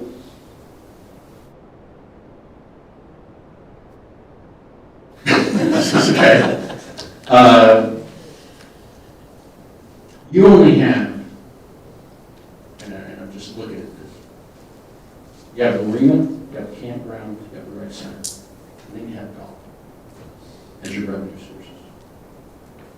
Your greatest revenue source is golf. Really. Right now, it's your greatest loss.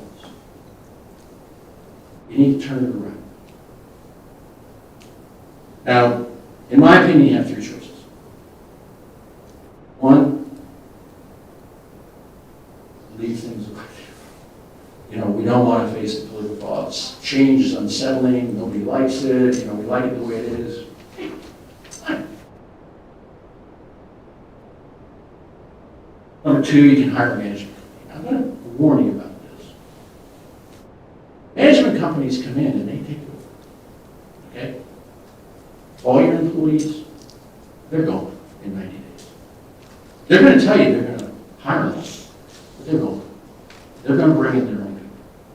They're going to tell you what you're going to do. You're going to pay them a fee. They're going to want you to sign a 10-year contract. Basically what you're doing is you're giving the management company annuity. Okay, to run the thing the way they want. Or you adapt and commit to a business plan, and you have somebody help you execute. Okay? And I would throw out there that you see, this is where I hesitated. I gave you, really it's a 36, but a 48-month plan of how to turn this place around. Okay? In year one, you just need to get it financially independent and solid. We're not changing the law. We're just making it not lose money. We're going to make it hopefully profitable 12 months. That's in year one. In year two, yeah, we make some changes. The executive 9-hole course, we make that into a short list.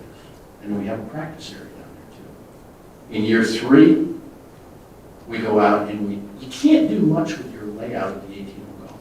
Okay, I'm not talking construction. You redo the greens. All 18 greens, reconstruct the greens, complexes, okay? Proper bunkering defines the green. It frames it. It does things that, it's supposed to do what bunkering's supposed to do. We add some bunkering in the fairways for containment and for definition. First year, how they can change mowing patterns, and we can get into adding, as opposed to sticking tees out in the middle of the fairway because you need a forward tee. Build a tee. Hey, a couple dump truck loads, laser level it, sod it, done. We're playing on 6 weeks or less. That costs money. But you got to have a plan. If you don't have a plan, and if you don't have somebody pushing it that has the vision, it's not going to happen. You're going to be having the same conversation. So that's where I've gotten to. And in year 4 is the driving range. Okay? And I'll give you a real brief, the way it should be. That driving range, if you look at it, it should go parallel to the first fairway. What do you mean? Driving range should be a valley. You're hitting into a valley. Okay, now you've created containment. The balls repel back down into the center. Okay? You'd have to pipe the creek that's there. You'd have to pipe that. But then you have your driving range. You create target greens on the side, drainage going down. You keep grass there. 350 yards long, 100 yards wide, synthetic turf on the back. You need 16 hitting stations. That is, people show up a half hour before their starting time to hit balls. Well, that's what, at 9-minute intervals. 16. Actually, 20 would be an ideal number, because then you probably have a golf professional here who give golf lessons. Okay? And then you have everything on the tee is backed by where your storage units are. Hopefully half of them will be cart storage units by then. That we have the tee up there. So now it's convenient to the first tee. Not encroaching upon anyone. You have the lead. It's just a matter of clearing it, rating it, building it. Takes money.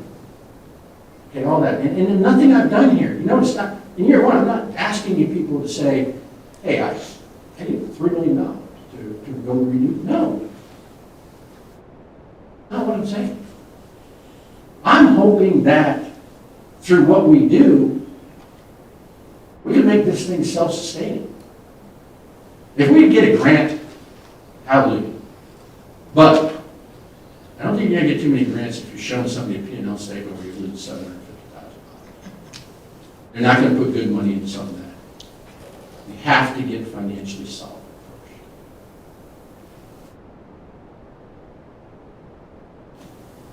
Awful quiet. I apologize for my back. That's my written report. It's in detail here. Probably not what everybody wanted to hear.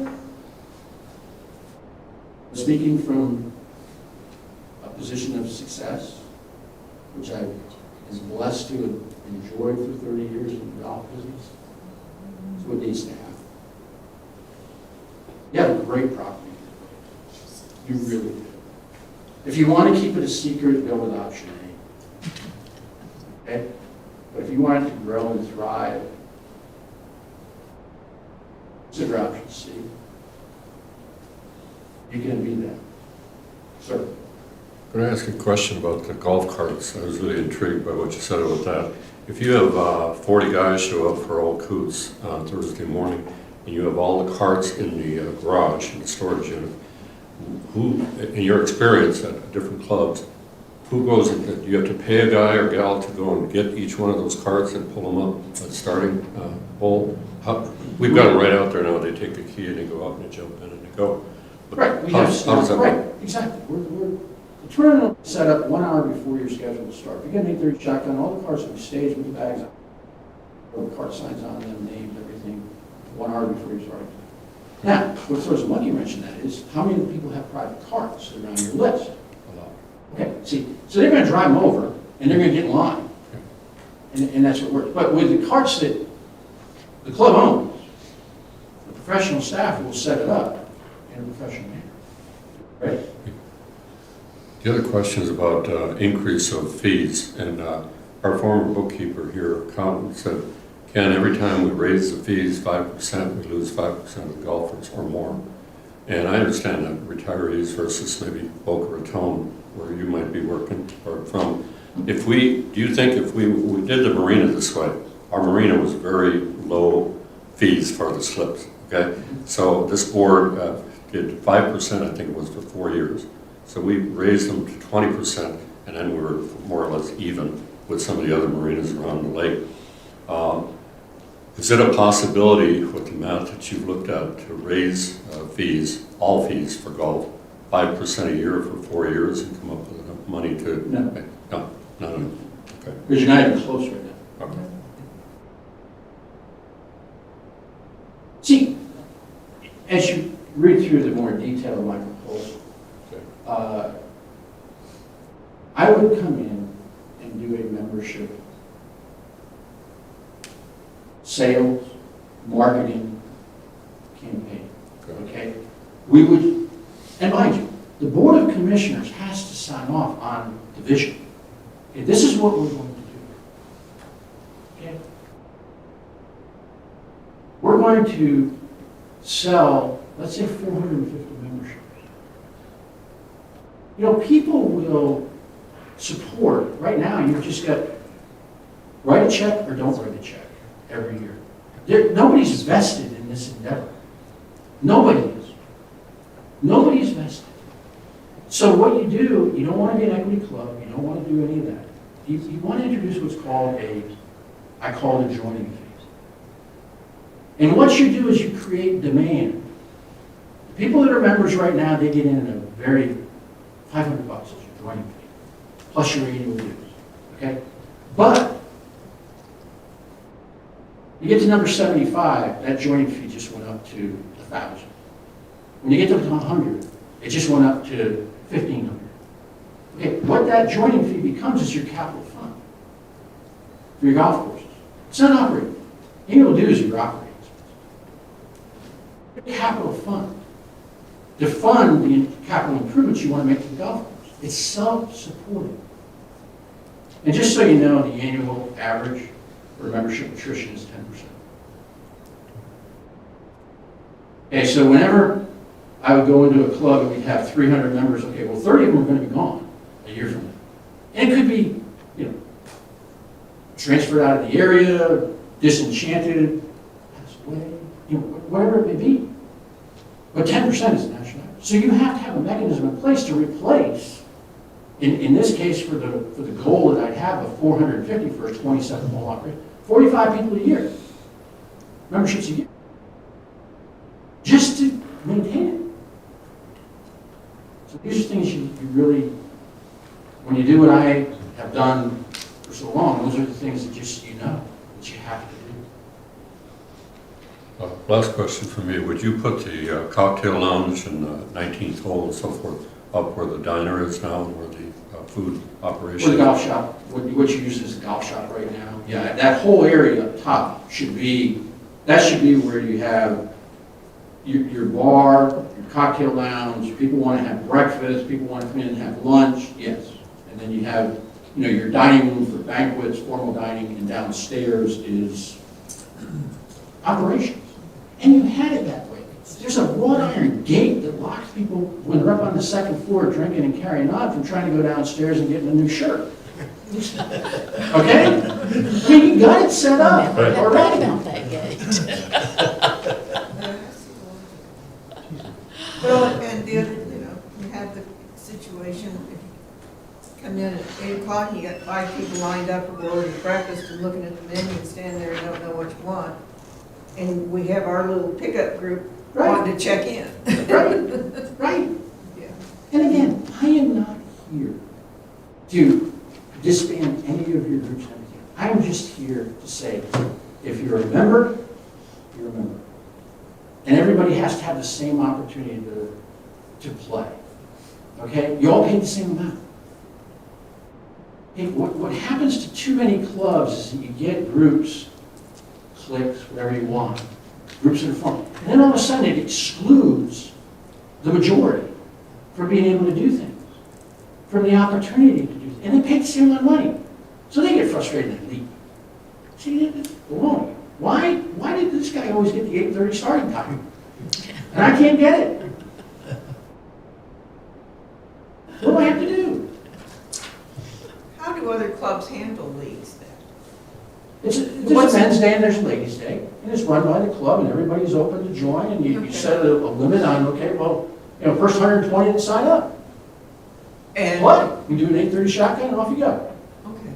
Yeah, it's not, So we're it's not like, call Jane because you got to get in the league. You talk to the club.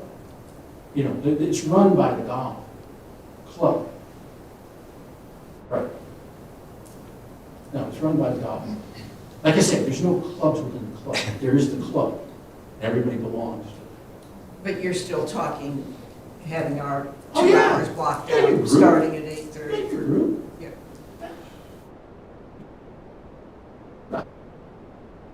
Okay, I just was, Right. get the concept. Correct. No, you're not coming in here to change. I'm trying to just make it better. That's all. Well, and that's what we wanted you to do. We wanted a set of fresh eyes that is knowledgeable about golf operations, because certainly I have no background in anything like that, to take a look at it and tell us what direction we should be thinking about going. So I appreciate you offering all of this to us. Is definitely food for thought. We typically don't take from the audience, but I'll go ahead and let you, since Just Mr. one question. What about tournaments to raise money? The tournaments we have right now are done by outside organizations, and the majority of them are a charity. What about tournaments that are held by the golf course, whether it's a couples tournament, with a Calcutta, anything else like that, to raise money also? I think you're going to fall. I'm all for club events and tournaments for the membership, but then what that's doing is there's a dinner afterwards. There's the entry fee that's paid. It's all going into the club's fund. It's supporting the club, but it's not to try and reduce what the standard fees are that people are paying. No, agreed. Oh, It's okay. really simply as Right, money yes, that would go absolutely. into the club. There should be a monthly couples event. There should, it's themed, that has, a luncheon afterwards. As I put into the report, I witnessed while I was here. Guys sitting up on your covered deck with their coolers of their own beer that they brought from their own refrigerator, sitting up there and enjoying the afternoon, which is great. Okay, they're allowed to do it. That's good. But then, followed up on a Sunday afternoon where, holy cow, I got women walking in with chafing dishes of food that they prepared at their house, and they're having a banquet up on your patio with the club's banquet tables and chairs. And no revenue to the club. It benefited those 30 people. Yes. I had a question. Do we need a golf pro? We had one, and Lauren's doing a great job here, but do we need a golf professional PGA? As you evolve, yes. As the club evolves, yes. Lauren Lauren's not a PGA member. I mean, I'd like to be, they want to be, and I can show them how to do that. I've had 43 guys that I've mentored that are now director of development, golf professional, director of instruction. I mean, I can help do that and be successful. But he's not right now. He is qualified to be your general manager. He has a golf knowledge. He has a food and beverage knowledge. He has some sales and marketing abilities. He can oversee all that. That's what a general manager. I think the reason I asked that is we had a golf pro, a PGA pro, but we didn't make much money on lessons at all. He probably wasn't a good teacher. He tried to be a lot. He tried to No, and that's the thing. You know, you need to, and it's going to gain your respect, prestige. You know, let's face it, the PGA seal, it's a good housekeeping stamp of approval that your golf operations credible. Like, you know, don't do another handicap system besides the USGA's, okay? Do whatever you do, you know, it's not valid. It's not right. But as I said, if you know, you look this over, if you have any thoughts that you want to proceed with option C, I will tell you right now that what I do, and I just, like I said, I'm trying to retire, but if I'm going to do something, if I'm going to help you, I don't want to get paid. I don't want to become an employee. I don't want to become, you know, anything other than an owner's rep. Okay, for you. I would oversee it, steer the ship, work with you, help you in this regard. And I just deal in percentages of revenues. If you're successful, I'm successful.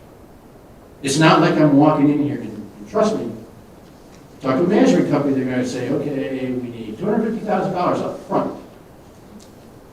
No, I don't work there. And I have a, you don't make a lot of money when you're in the golf business, but you make a lot of friends. And fortunately for me, I've made quite a few friends and have quite a few people that I bring as a team with me. If I were to be involved in this, it's not like I'm sitting here Googling, you know, well, who's a good golf course? I don't, and I'll tell you what, you know, and I'm very good, I was very good friends with Mr. Palmer, I'm very good friends with Mr. Nicholas. Neither one of them would know how to design a golf course on a bet. They don't. Okay, what you want to find is the guy that, and I'll just give you one story and I'm going to end. Boca Raton Resort Club, I told you, was the reason why people did not go there was golf. Okay? It was flat, boring, uninteresting. Originally, it was great. You know, it had a great legacy. First golf director there was Tommy Armour. The second golf director was Sam Snead. The third golf director was Ron Pillane, Sam Snead's assistant at the Greenwater. The fourth golf director was me. So it had a great legacy. But Arthur Vining Davis, our a developer, came in and said, the 14th hole that's on the Intercoastal is worth a lot more as a high-rise condominium than it is as a golf hole. So this 120 acres turned into 88 real quick. It was all chopped up. It was awful. So in 1997, we had really no money. This is before Wayne Huizenga bought the property. So I was sitting there with John Temple, who was a developer in the area, and he said, you know, what do you think? I go, well, you know, we got to do something because we're just going to continue to fail unless we do the golf course. And he goes, so what? You've got friends, and I got a hold of a guy by the name of Gene Bates. Gene Bates was Jack Nicklaus's chief architect. Gene went out on his own. He left Jack. There are golf courses that Gene designed that he can't tell you he designed because he signed a disclaimer. But there's a lot of famous golf courses that he did for Mr. Nicholas. They said, you know, we can hire Gene to give us an architectural rendering of this 88 acres of what it could be to make it special. And it's going to cost you, you know, little to nothing. So I go before the owners at the time, and they were like, well, you know, we think we need Jack Nicklaus or Arnold Palmer's name. I said, I think you need $2 million in your budget to build the golf course, as opposed to getting $2 million from Jack or Arnold to put their signature on the bottom of your plan. They agreed. So we got Gene. Did a $6.5 million renovation. We had no money. But we did have Arthur Binding Davis's vision of what land was worth in Boca Raton. And there was this little area that we carved out of 15 lots. Went to a developer and said, what do you pay us? $500,000 lot. 6.5 million. I wound up getting 7.5 million.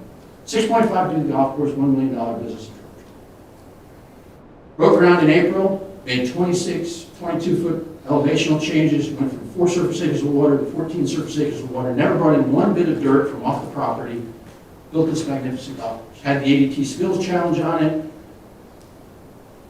You know, also increased their revenue to 1%, profitability, everything was happy.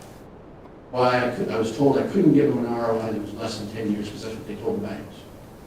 3 years, 3 months to the day after we completed the golf course, I went into the president's office and I dropped the P&L on his desk and I said, you just got your ROI back. So, my point being, in telling you this story is that, you know, Gene, people like that, you need to know the people that actually do the work. You need to have those relationships. And that's what I have. Because it's real easy to get taken. And you don't need the name recognition here. You really don't. You need to get bang for your buck, the highest quality product for your buck. And that's what you need. And that's, you know, I think where I can help you in that regard. So, my intention was not to do anything besides do a visitation and give a report to Dan. That's what my assignment was. That's what I did. But, having gutting into it, and you know, it's just in my nature. I want to see you be successful, and if I can help you be that way in the future, let me know. I have a question. Sure. Did you have any concerns about unauthorized rounds of golf being played? Or was that an issue? Well, I'm looking at it, I don't think the golf are accurate, you know, that are in here. I'm referring more to non-members, not. I'm sure it exists because if members have figured it, people outside have figured it out. Well, I live on the 9-hole golf course over here, and the timeshares are nearby, and I see some people come in to the timeshares, they even bring their own cart. So I don't, I suspect there are times where people are going onto the course. I found we have nothing but, I think, you know, very nice, honest, and caring employees that are here, okay? But it needs to be overseen as one operation, it has to be controls. Right now it's not. It's it. It's being run like a community park in a community center. And people just think that they can do whatever. Is there a way to, short of putting a marshal out there, is there a way to avoid that? Oh, yeah.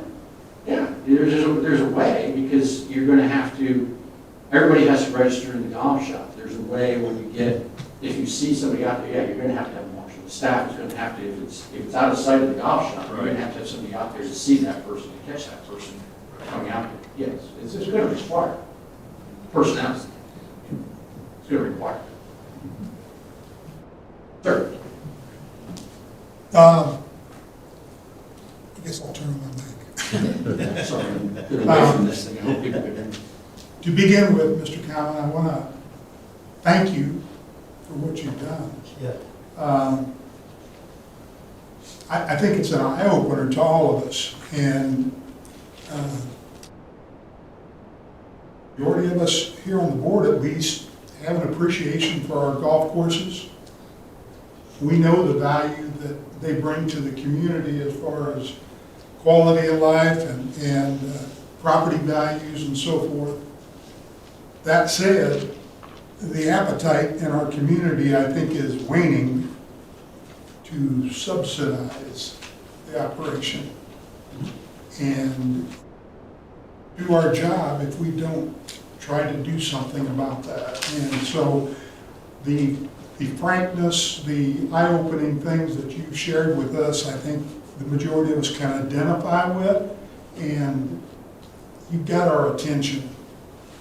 We just need to get our heads together and decide A, B, or C. Scratch B. Always give people three choices. We definitely don't. There was a golf study done by a PGA group a number of years ago. And I don't think that golf study really provided solutions. It just pointed out problems. That's consulting. Which, that's one of my pet peeves, you know. I like criticism. I like to hear criticism, but offer up some solutions, whatever you're talking about. And you're doing that, and I appreciate that. But I wanted to I guess, identify one of the weaknesses that study showed, or they felt, that in this geographic area, there just weren't enough golfers to support a golf course like Holiday Island has. That was pre-COVID. Well, it was way before COVID, yeah. There's been a 14% increase in the number of golfers due to COVID. Okay, the two biggest things that happened to golf in the past 25 years, Tiger Woods and COVID, caused the two biggest spikes in golf popularity.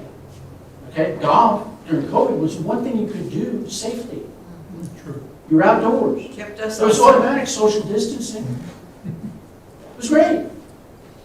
You know, it was boom. Now, the challenge is, can the golf industry retain those people over a long period of time? And what retains people over a long period of time is the quality of the experience they have. Do they really enjoy it? Is it something that they feel benefits their quality of life? That's the trick. Yes, ma'am. One bit of anecdotal information. I played at Claycrest in Liberty, Missouri, which was owned by William Jewell College. And before I retired, they hired in a management company to take it over. And when I was back visiting 5 or 6 years later after I retired down here, the golf course was closed. The option B is not for us. They're not vested. They don't care. No. They only care about themselves. Yeah. And it came in and it all looked real great and it was going to be wonderful. And then I retired down here to heaven, so. There you are. But the golf course didn't last another 5 or 6 years after. Right. So Well, that's and you- just my experience. Yeah, you helped confirm, I live on the 11th hole. I don't play golf, but I live on the 11th hole. And I see a lot more younger people on Friday, Saturday, and Sunday, visitors from outside of our community that, and I think you said like 55% of our rounds were non-members. And plus we are able to link up with, we have great opportunity to link up with Eureka Springs, which is a prime tourism community, to let the wives go shop in town and the husbands come play some rounds of golf. So I'm surprised you made that sentence. there's We also need to leverage the proximity of Branson. Yes. Because there's a lot of people that are in Branson for a week of vacation, and they want to play golf, and they find out it's $250 a round up there, and they're coming down here if we can. A lot of people vacation here also. Yeah. Get a Yes. staycation, you know, Bentonville. You know, you got a lot of industry, a lot of wealth there. You got, if you're within a, 50, even 100-mile radius of here, and you have a quality experience that's of good value, people will come here for a weekend. And the perfect thing is you've got not just one golf course, you got two. So if you're here for the weekend, I don't have to play the same thing twice, unless I want to. Right. Good stuff. Yes. That was Thank very you. informative.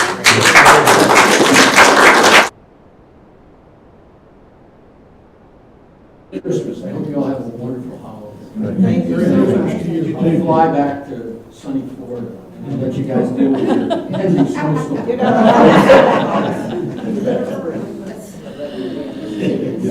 Thank you for providing the food for thought. We'll take action on that. Madam Chair, Yes. we have a 5-minute break. Actually, I think that's a really good idea. Really, all right, let's come back in 5 minutes.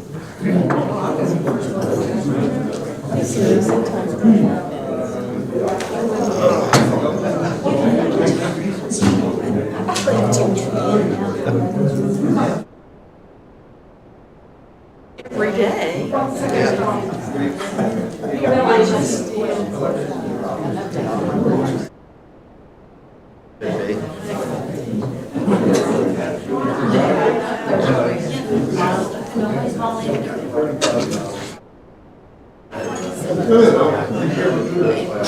Build it up.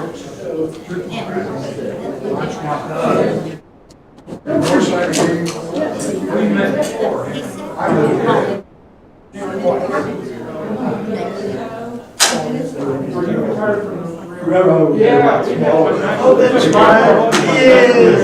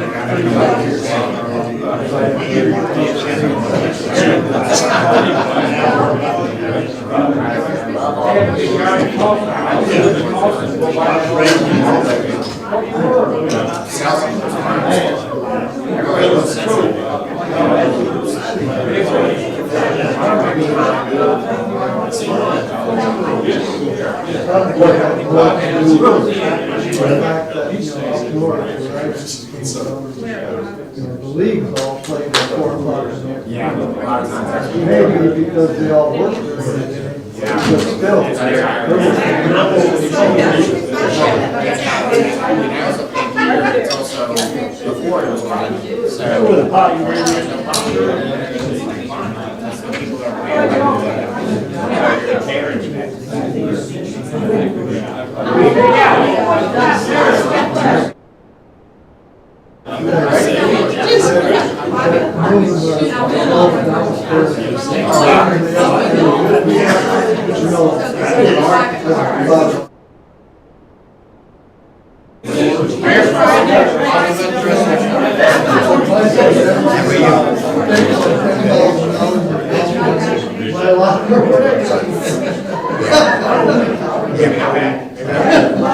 I'll take it.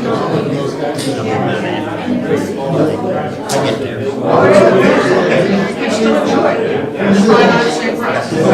You're probably in the final.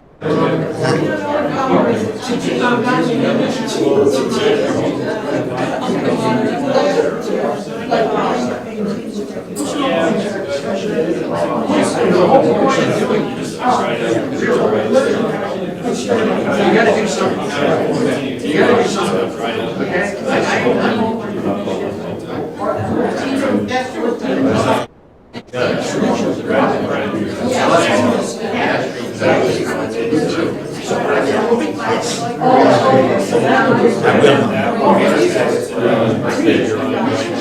Yes. I call them 300 plus. Over 40. Over 43.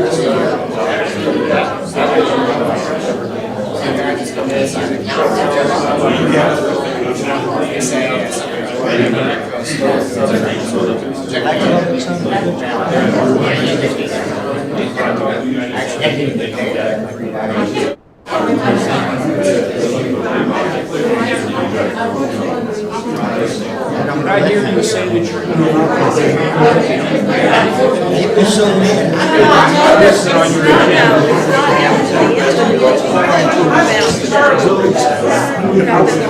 Yeah, I wanted to make a comment based on hearing that report. I wanted to comment. What we're trying to do is Yeah, it's all based on the golf report. Thank you for telling me that.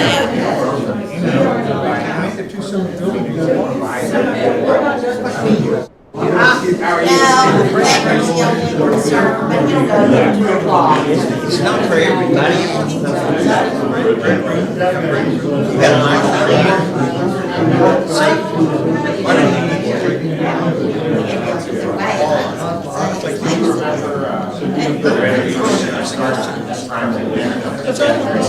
Have a Merry Christmas.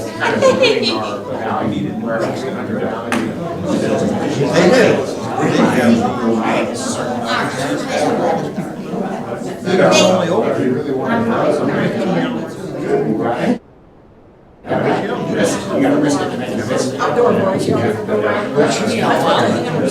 I'll do it. Just I want to let Danny get back into the room. We need one. That would be a downhill.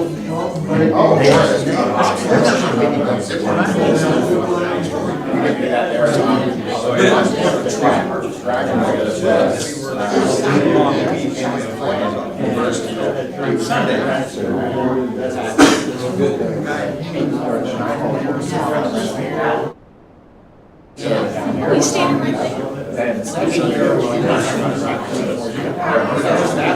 Okay, we still have several items on the agenda, so let's move on back to our seats, please.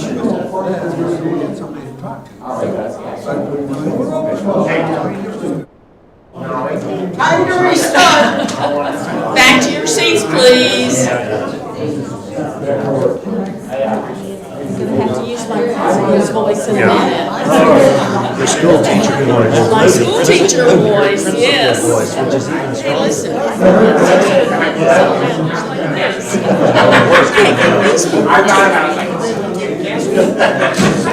I appreciate that, I really appreciate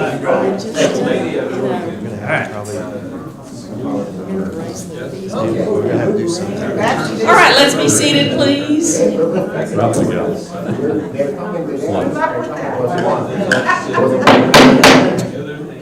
Lauren, go back to the clubhouse, please.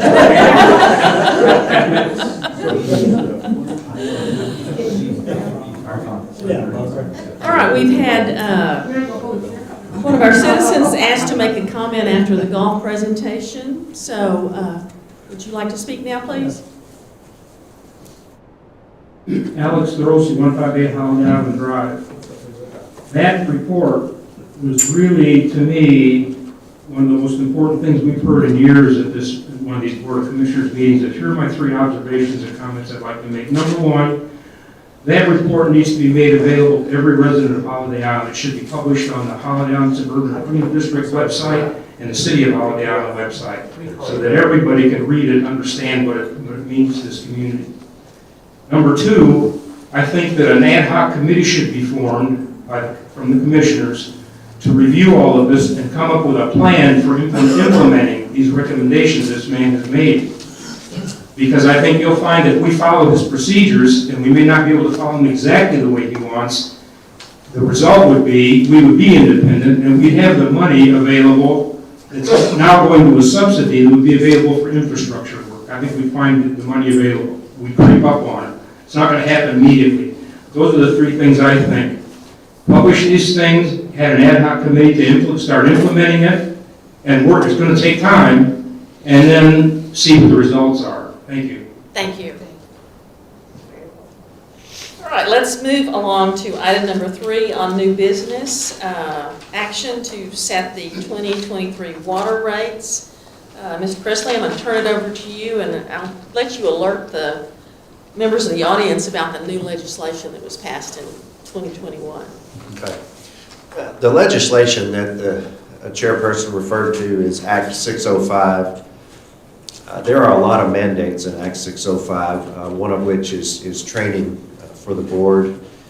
And also one of the things that's in that is when you do the training, they teach you about managing a water system and how to keep your water safe and how to make your system profitable and sustainable over time. That's something that, rural communities all over Arkansas struggle with, and Holiday Island is no exception. When you look at the financials of a water system, I don't think it's any secret that we're kind of behind the curve here, because we're fighting infrastructure that was put in the early 70s that is now failing. And it takes millions and millions of dollars to overcome that hurdle. But one of the things we have to do as we analyze water rates is to make sure that the revenues that we bring in are somewhere around 105%. That's kind of a target of what our expenditures are. And that remaining 5% should be set aside each year for capital, so that we can do the PRV project that as I said, we've already started the bid process on that. Those bids will be going out probably 6 weeks or so. Rehabbing these wells, these wells have been here for 50 years. The pumps, the wiring, there's extra pumps when you get up to the top of the well that boost the pressure, the chlorine tanks, the buildings, everything associated with those wells needs to be rehabbed. So that brings me to the point, if you're shooting for that 105% of revenues, you have to do a rate study to figure out what your actual costs are, because costs are not the cost of the water, which obviously comes from the aquifer and the water is free, but then you have to treat the water. You have the cost for all the mechanical parts and the electrical and staff. And then there's even hidden costs, like the staff here in this office that does the water bills and the guy that comes out to read your meter. So there's just a whole lot of costs in there that are not immediately apparent when you start thinking about the cost of maintaining and sustaining the water system, especially a water system that is as large. This is 10 square miles, and the topography in the Ozarks obviously is a challenge. Up and down these hills, all of these lines are in rock. You can't install or maintain a water system here like you could in some other parts of the country when you didn't have the geology challenges that we have here. So that's just a little bit about Act 605. I thank the board for their prompt attention to that. They've all got their training accomplished, and we have a water rate study coming up in 2023. It'll be done by a group called Communities Unlimited, and they work all over the state of Arkansas to do these rate studies. But we are behind. Our rates are lower than what they should be, and we are going to have to do something. And I know that the board and I have had a lot of conversations about that as we look to the future to keep our water system safe and reliable.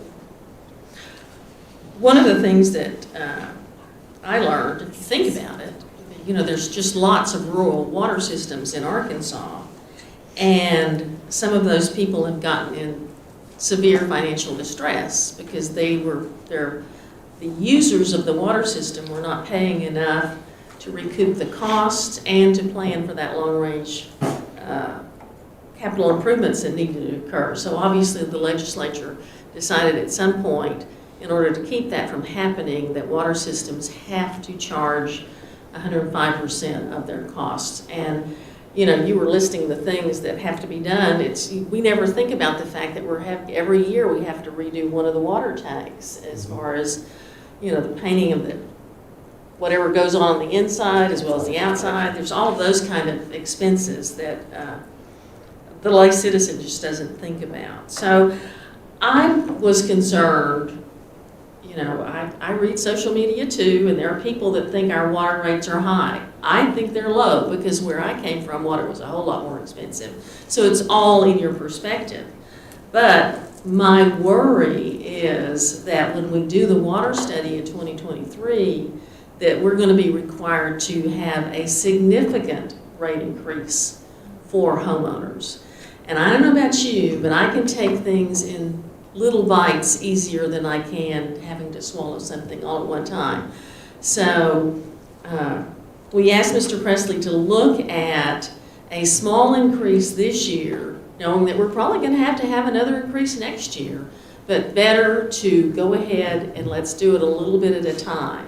And then also we'll free up some money. We have 1,700 water meters. That's the other expense of this system is we have 77 miles of system that has to be maintained for 1,700 users. And so that, we love it here because it's not a dense population like a city, but it also increases our cost in terms of infrastructure so much more.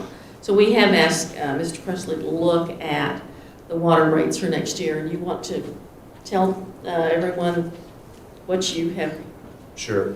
put together? When and I don't have the numbers here in front of me, but I did the math, spent several hours looking at this and trying to come to an understanding of what our costs are. And as I said, there are a lot of hidden costs that sometimes don't even occur to me. But after the Act 605 training and looking at the information from the state, what I did, I call it back of a napkin math. I believe that our water rates over the next 2 to 3 years, or however we phase this in, need to increase somewhere in the neighborhood of $16 per user per month. Now currently, an average water bill in Holiday Island is around $60. You all know that you get a base fee of like $42 or $43, and then you have usage on top of that for the first 1,500 gallons, and then you have additional usage on top of that. But it's about $60. We have 1,780 water customers, water users. That's both residential and commercial here in Holiday Island. And that's just what it costs. The salaries, the infrastructure,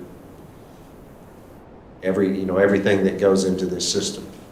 And to hit that 105% that the state requires. So, it's just a matter of the methodology. How do we get there, and when do those increases hit? But that's my math. Now, the people that come in and do the actual rate study in 2023, as I said, the name of that company is Communities Unlimited. They're really good at this. They do hundreds of communities all across Arkansas. And it's a very complex formula that they use to arrive at a number of what our water rates should be. I don't know all their methodologies, and what I did on the back of a napkin is not nearly as accurate as what they're going to present to us. But the truth is, we are way behind. And no one likes to hear that. No one likes to see their water bill go up. But it's what we have to do to be responsible stewards of our water system and to plan for the future. Sure.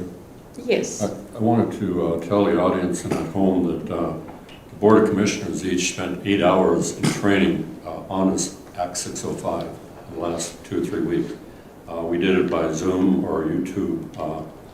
Sarad and I were out of Camden, Arkansas. I don't know what Camden is, and then the other members had it somewhere else, Springdale. But the reason I brought that up is I learned so much from this 8 hours, and I was sort of not looking forward to sitting at my computer for 8 hours, and we did, and I got a little certificate in the mail the other day, suitable for framing, but I learned a lot from that study. And as Mr. Presley said, you have to do the study. The Act 605 on Arkansas law, you have to do the water study. And Jeremy was the director of health at the health department when I was on our scene, and he said some do it themselves, but he said I don't recommend it. He said, as Danny said, 6 or 8 companies, that's what they do. They're very good at it, and they can come back with accurate rates from around the state. So I think, as the chair said, I come from an area where very high rates, and so I think ours are moderate to low. But if we do it like we did with the marina and other things, raise it just a little bit 3 years in a row, then maybe we would come out to be okay and not a 15-20% increase to homeowners at the same time. That sounds like a fair way to go. And the other thing that I thought that probably most of the community is not aware, that HICID has made an application to become, I don't know what to call it exactly, to where some of our low-income residents will get assistance with their water bills. I don't know how far along in the approval process we are with that. It's a state program, but that will help some people who have income constraints in meeting water bills. I know you sent us an email about what you were suggesting for next year. Do you recall the details of that, or? I do.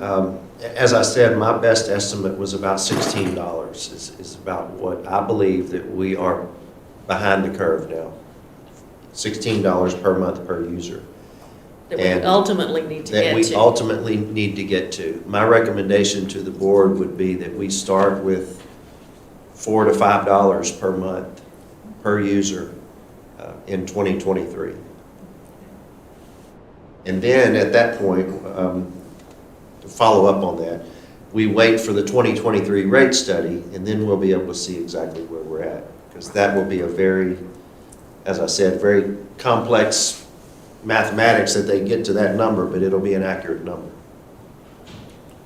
Sure, I'd like to make that motion. Well, let's just hang just a second, because we have a member of the audience that would like to speak. Mr. Crowe, you want to talk? I'm good, thanks. You're good? All right, now you can. Go for it. I'd like to make the motion that we, starting January 1, that HICID rates the water rates $5 per meter, and that's it. Okay.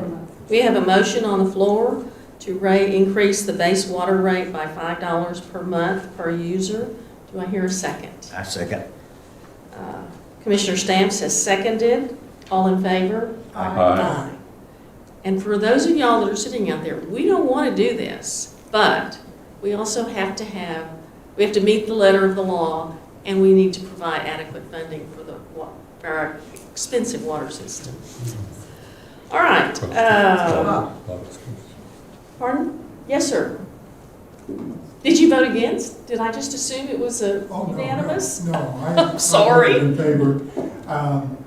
I just wanted to say that this is important stuff. And we have been besieged for the last year with people in the community pointing out the problems. And I think every one of us knew what those problems were. We've just... Tell us where to find the money.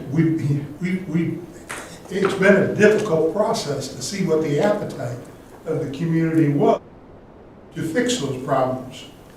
And this is a beginning, and it's unfortunate when the government has to mandate a solution, but the good news is this is the step in the right direction, and I think that it will allow us to move forward with some things that we might have put on the back burner, some things that we've said, well, maybe we can get by one more year, you know.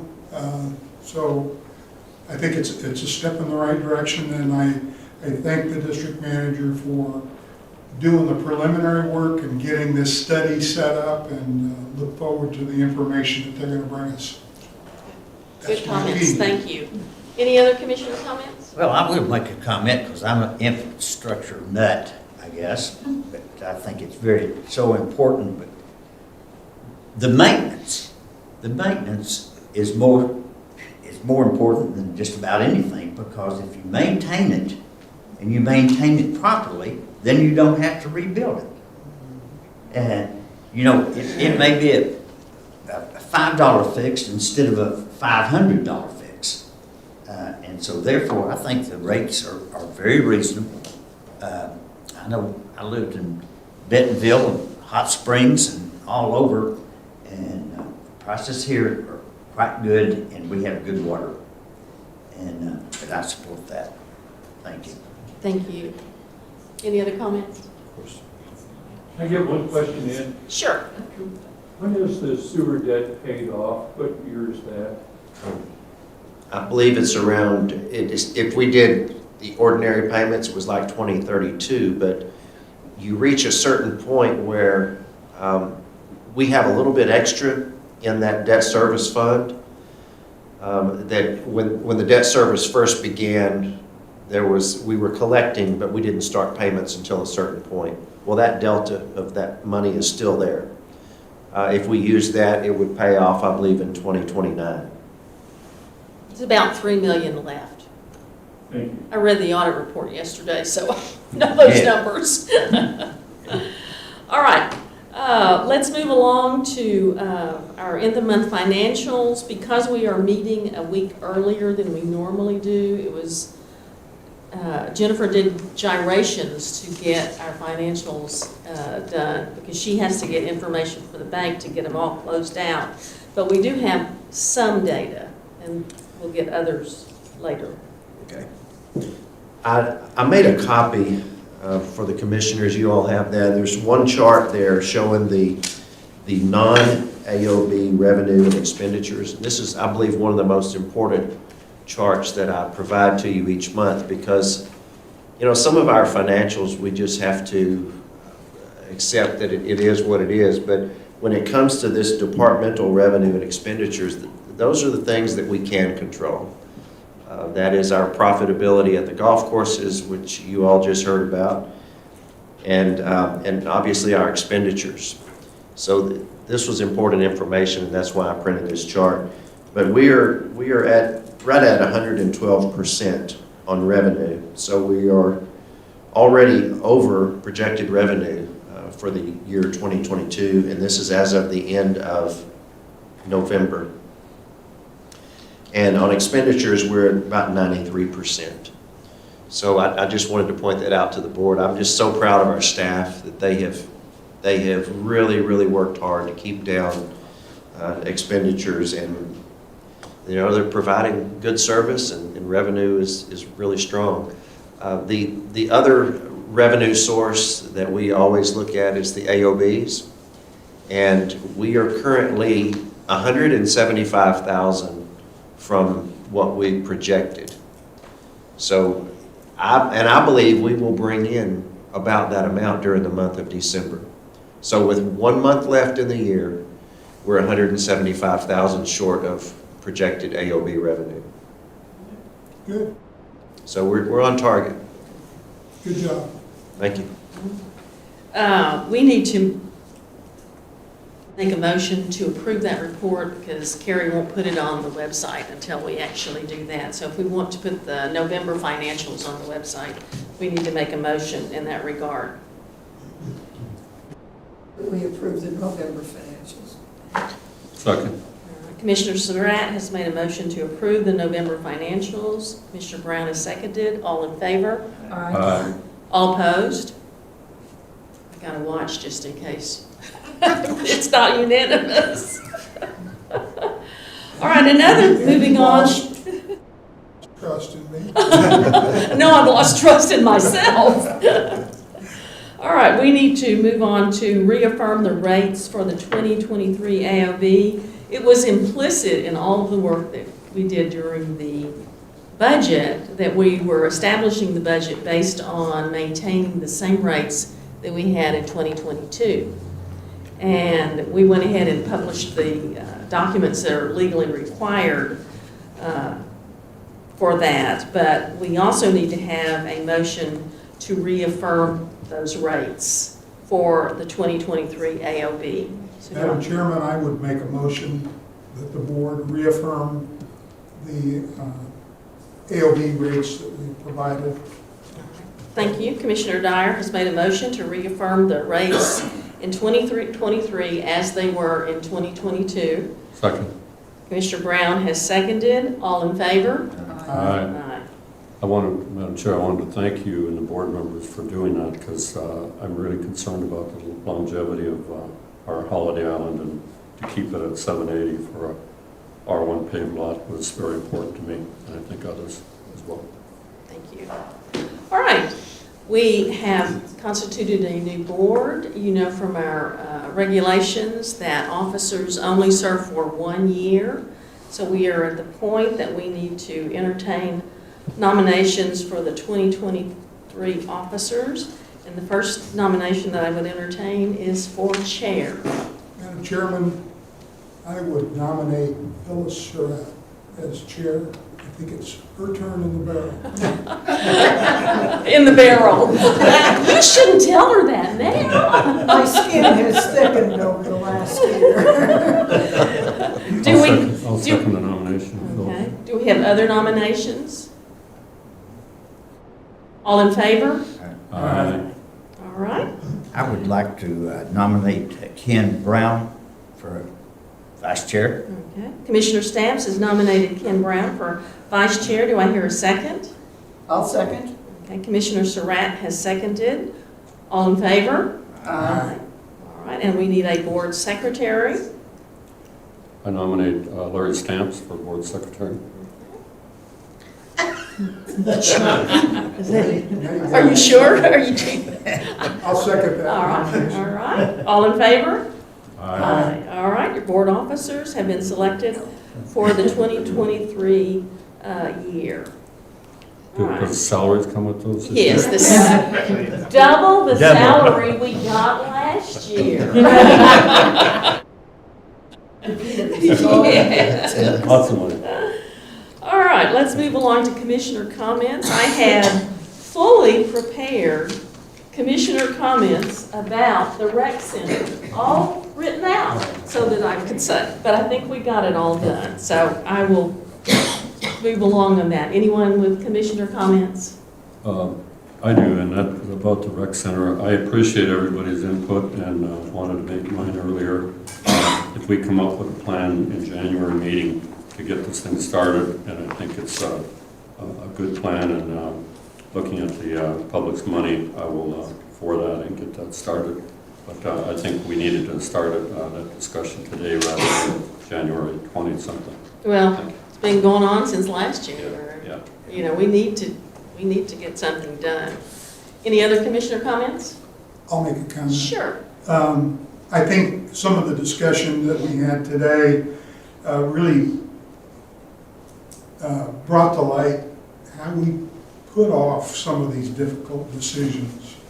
We put off making decisions and moving forward, and some of that is with cause, because we are the guardians of the community's monies and everything, but likewise, I think we have an obligation to move forward more quickly than we necessarily have in the past. And maybe this golf study is a good example. You know, Mr. Cowman provided us with some solutions. Let's don't wait till April or May to act on that. Let's study the documents that he's provided and come to the meeting in January ready to make a decision. And Danny, likewise, the rec center, I think between what Ken said and what I asked you to take a look at and tear that thing down. I don't know that giving up the roof is necessarily the whole answer. It might be, but the roof is a relatively inexpensive part of it compared to the finish and fit on the inside. And maybe up a structure and don't have it finished on the inside for a while. Give us some options, Danny, and let's act on it and start out 2023 as a quick response group, okay? Quick response. Well, and the other issue too is we're going to have to look at the fee structure for the golf course and the rec center. So that's going to have to happen in January. So that will be here in short order. I have one comment. Yes. I would like to compliment our current chair and vice chair, and thank you for your service all year. And also Danny for his hard work. And it's been a good year. We've had a lot of ups and downs and a lot of stuff happening. And I do want to thank both Suzanne and Bob for their hard work as chair and vice chair. Well, thank you for that.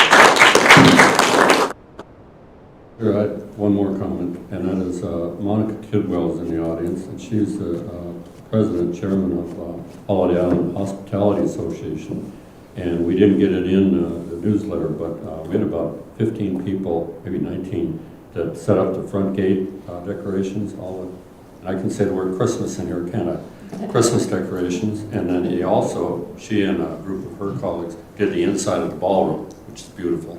So I want to thank Hi-Ho for that. Yeah, that's a good job. Absolutely. It was good. Well, and I just wanted to say thank you. Oh, did it get it in? Great. The challenges this year were offset by the joy of working with the Hisense staff. I basically think we are understaffed and that we get so much work out of these people, and they work so hard to do a good job with our community, and they keep their budgets as lean as they can. So that's been the real joy, is to get to know those people too, so. And they have a passion too for what they do. Yes. Absolutely. Absolutely. And one of my observations, so much of our staff doesn't live here in Holiday Island. And some people are critical of that, but I look at it as a positive, because they have a neutral viewpoint. They're not caught up in so much of the emotion of the community. They're neutral, and I think it benefits us all. And I'll tell you, Carrie and Regina and Sure. Yes. Yes. Miss Sherry. Sherry is a resident, but yeah, they do a phenomenal job. Great job. I have to echo that. When I came to Holiday Island, I was a city manager in the Houston area. I didn't even know where Holiday Island was until I had applied for this job. And so I came in here totally unaware of what to expect. And these ladies, and Sherry, you weren't here full-time at the time, but now she is, they trained me and taught me about Holiday Island, and I'm just very thankful. I truly do, and I'm not saying this because you're sitting here, Sherry, but I truly do look forward to coming and spending my day with these ladies every day. I enjoy working here, and I can't tell you how much they do. Yeah. Things that people have no idea how much work that they do and what all goes on in this office. So, but thank you we for, can spread that. We can spread that around, because Dan Schrader has spent a lot of time explaining to me how water wells work, and Mike is good about answering questions. So all around the district, sure, we've got really good staff, and I appreciate it. All right, if we have no other commissioner comments, let me move along to agenda scheduling, and our next regularly scheduled meeting will be January 23rd. We will turn it over to Chair Surratt for that. And if anything else is scheduled, you'll be notified. Otherwise, we look forward to the 23rd. And do I hear a motion for adjournment? So moved. Commissioner Dyer has moved to adjourn. I heard Mr. Stamps down there doing a second. All in favor? Aye. And thank you. We appreciate you coming and joining us this morning. We all learned a lot. Yes, we did. For a 3-hour meeting, it was pretty fast. I mean, it was informative.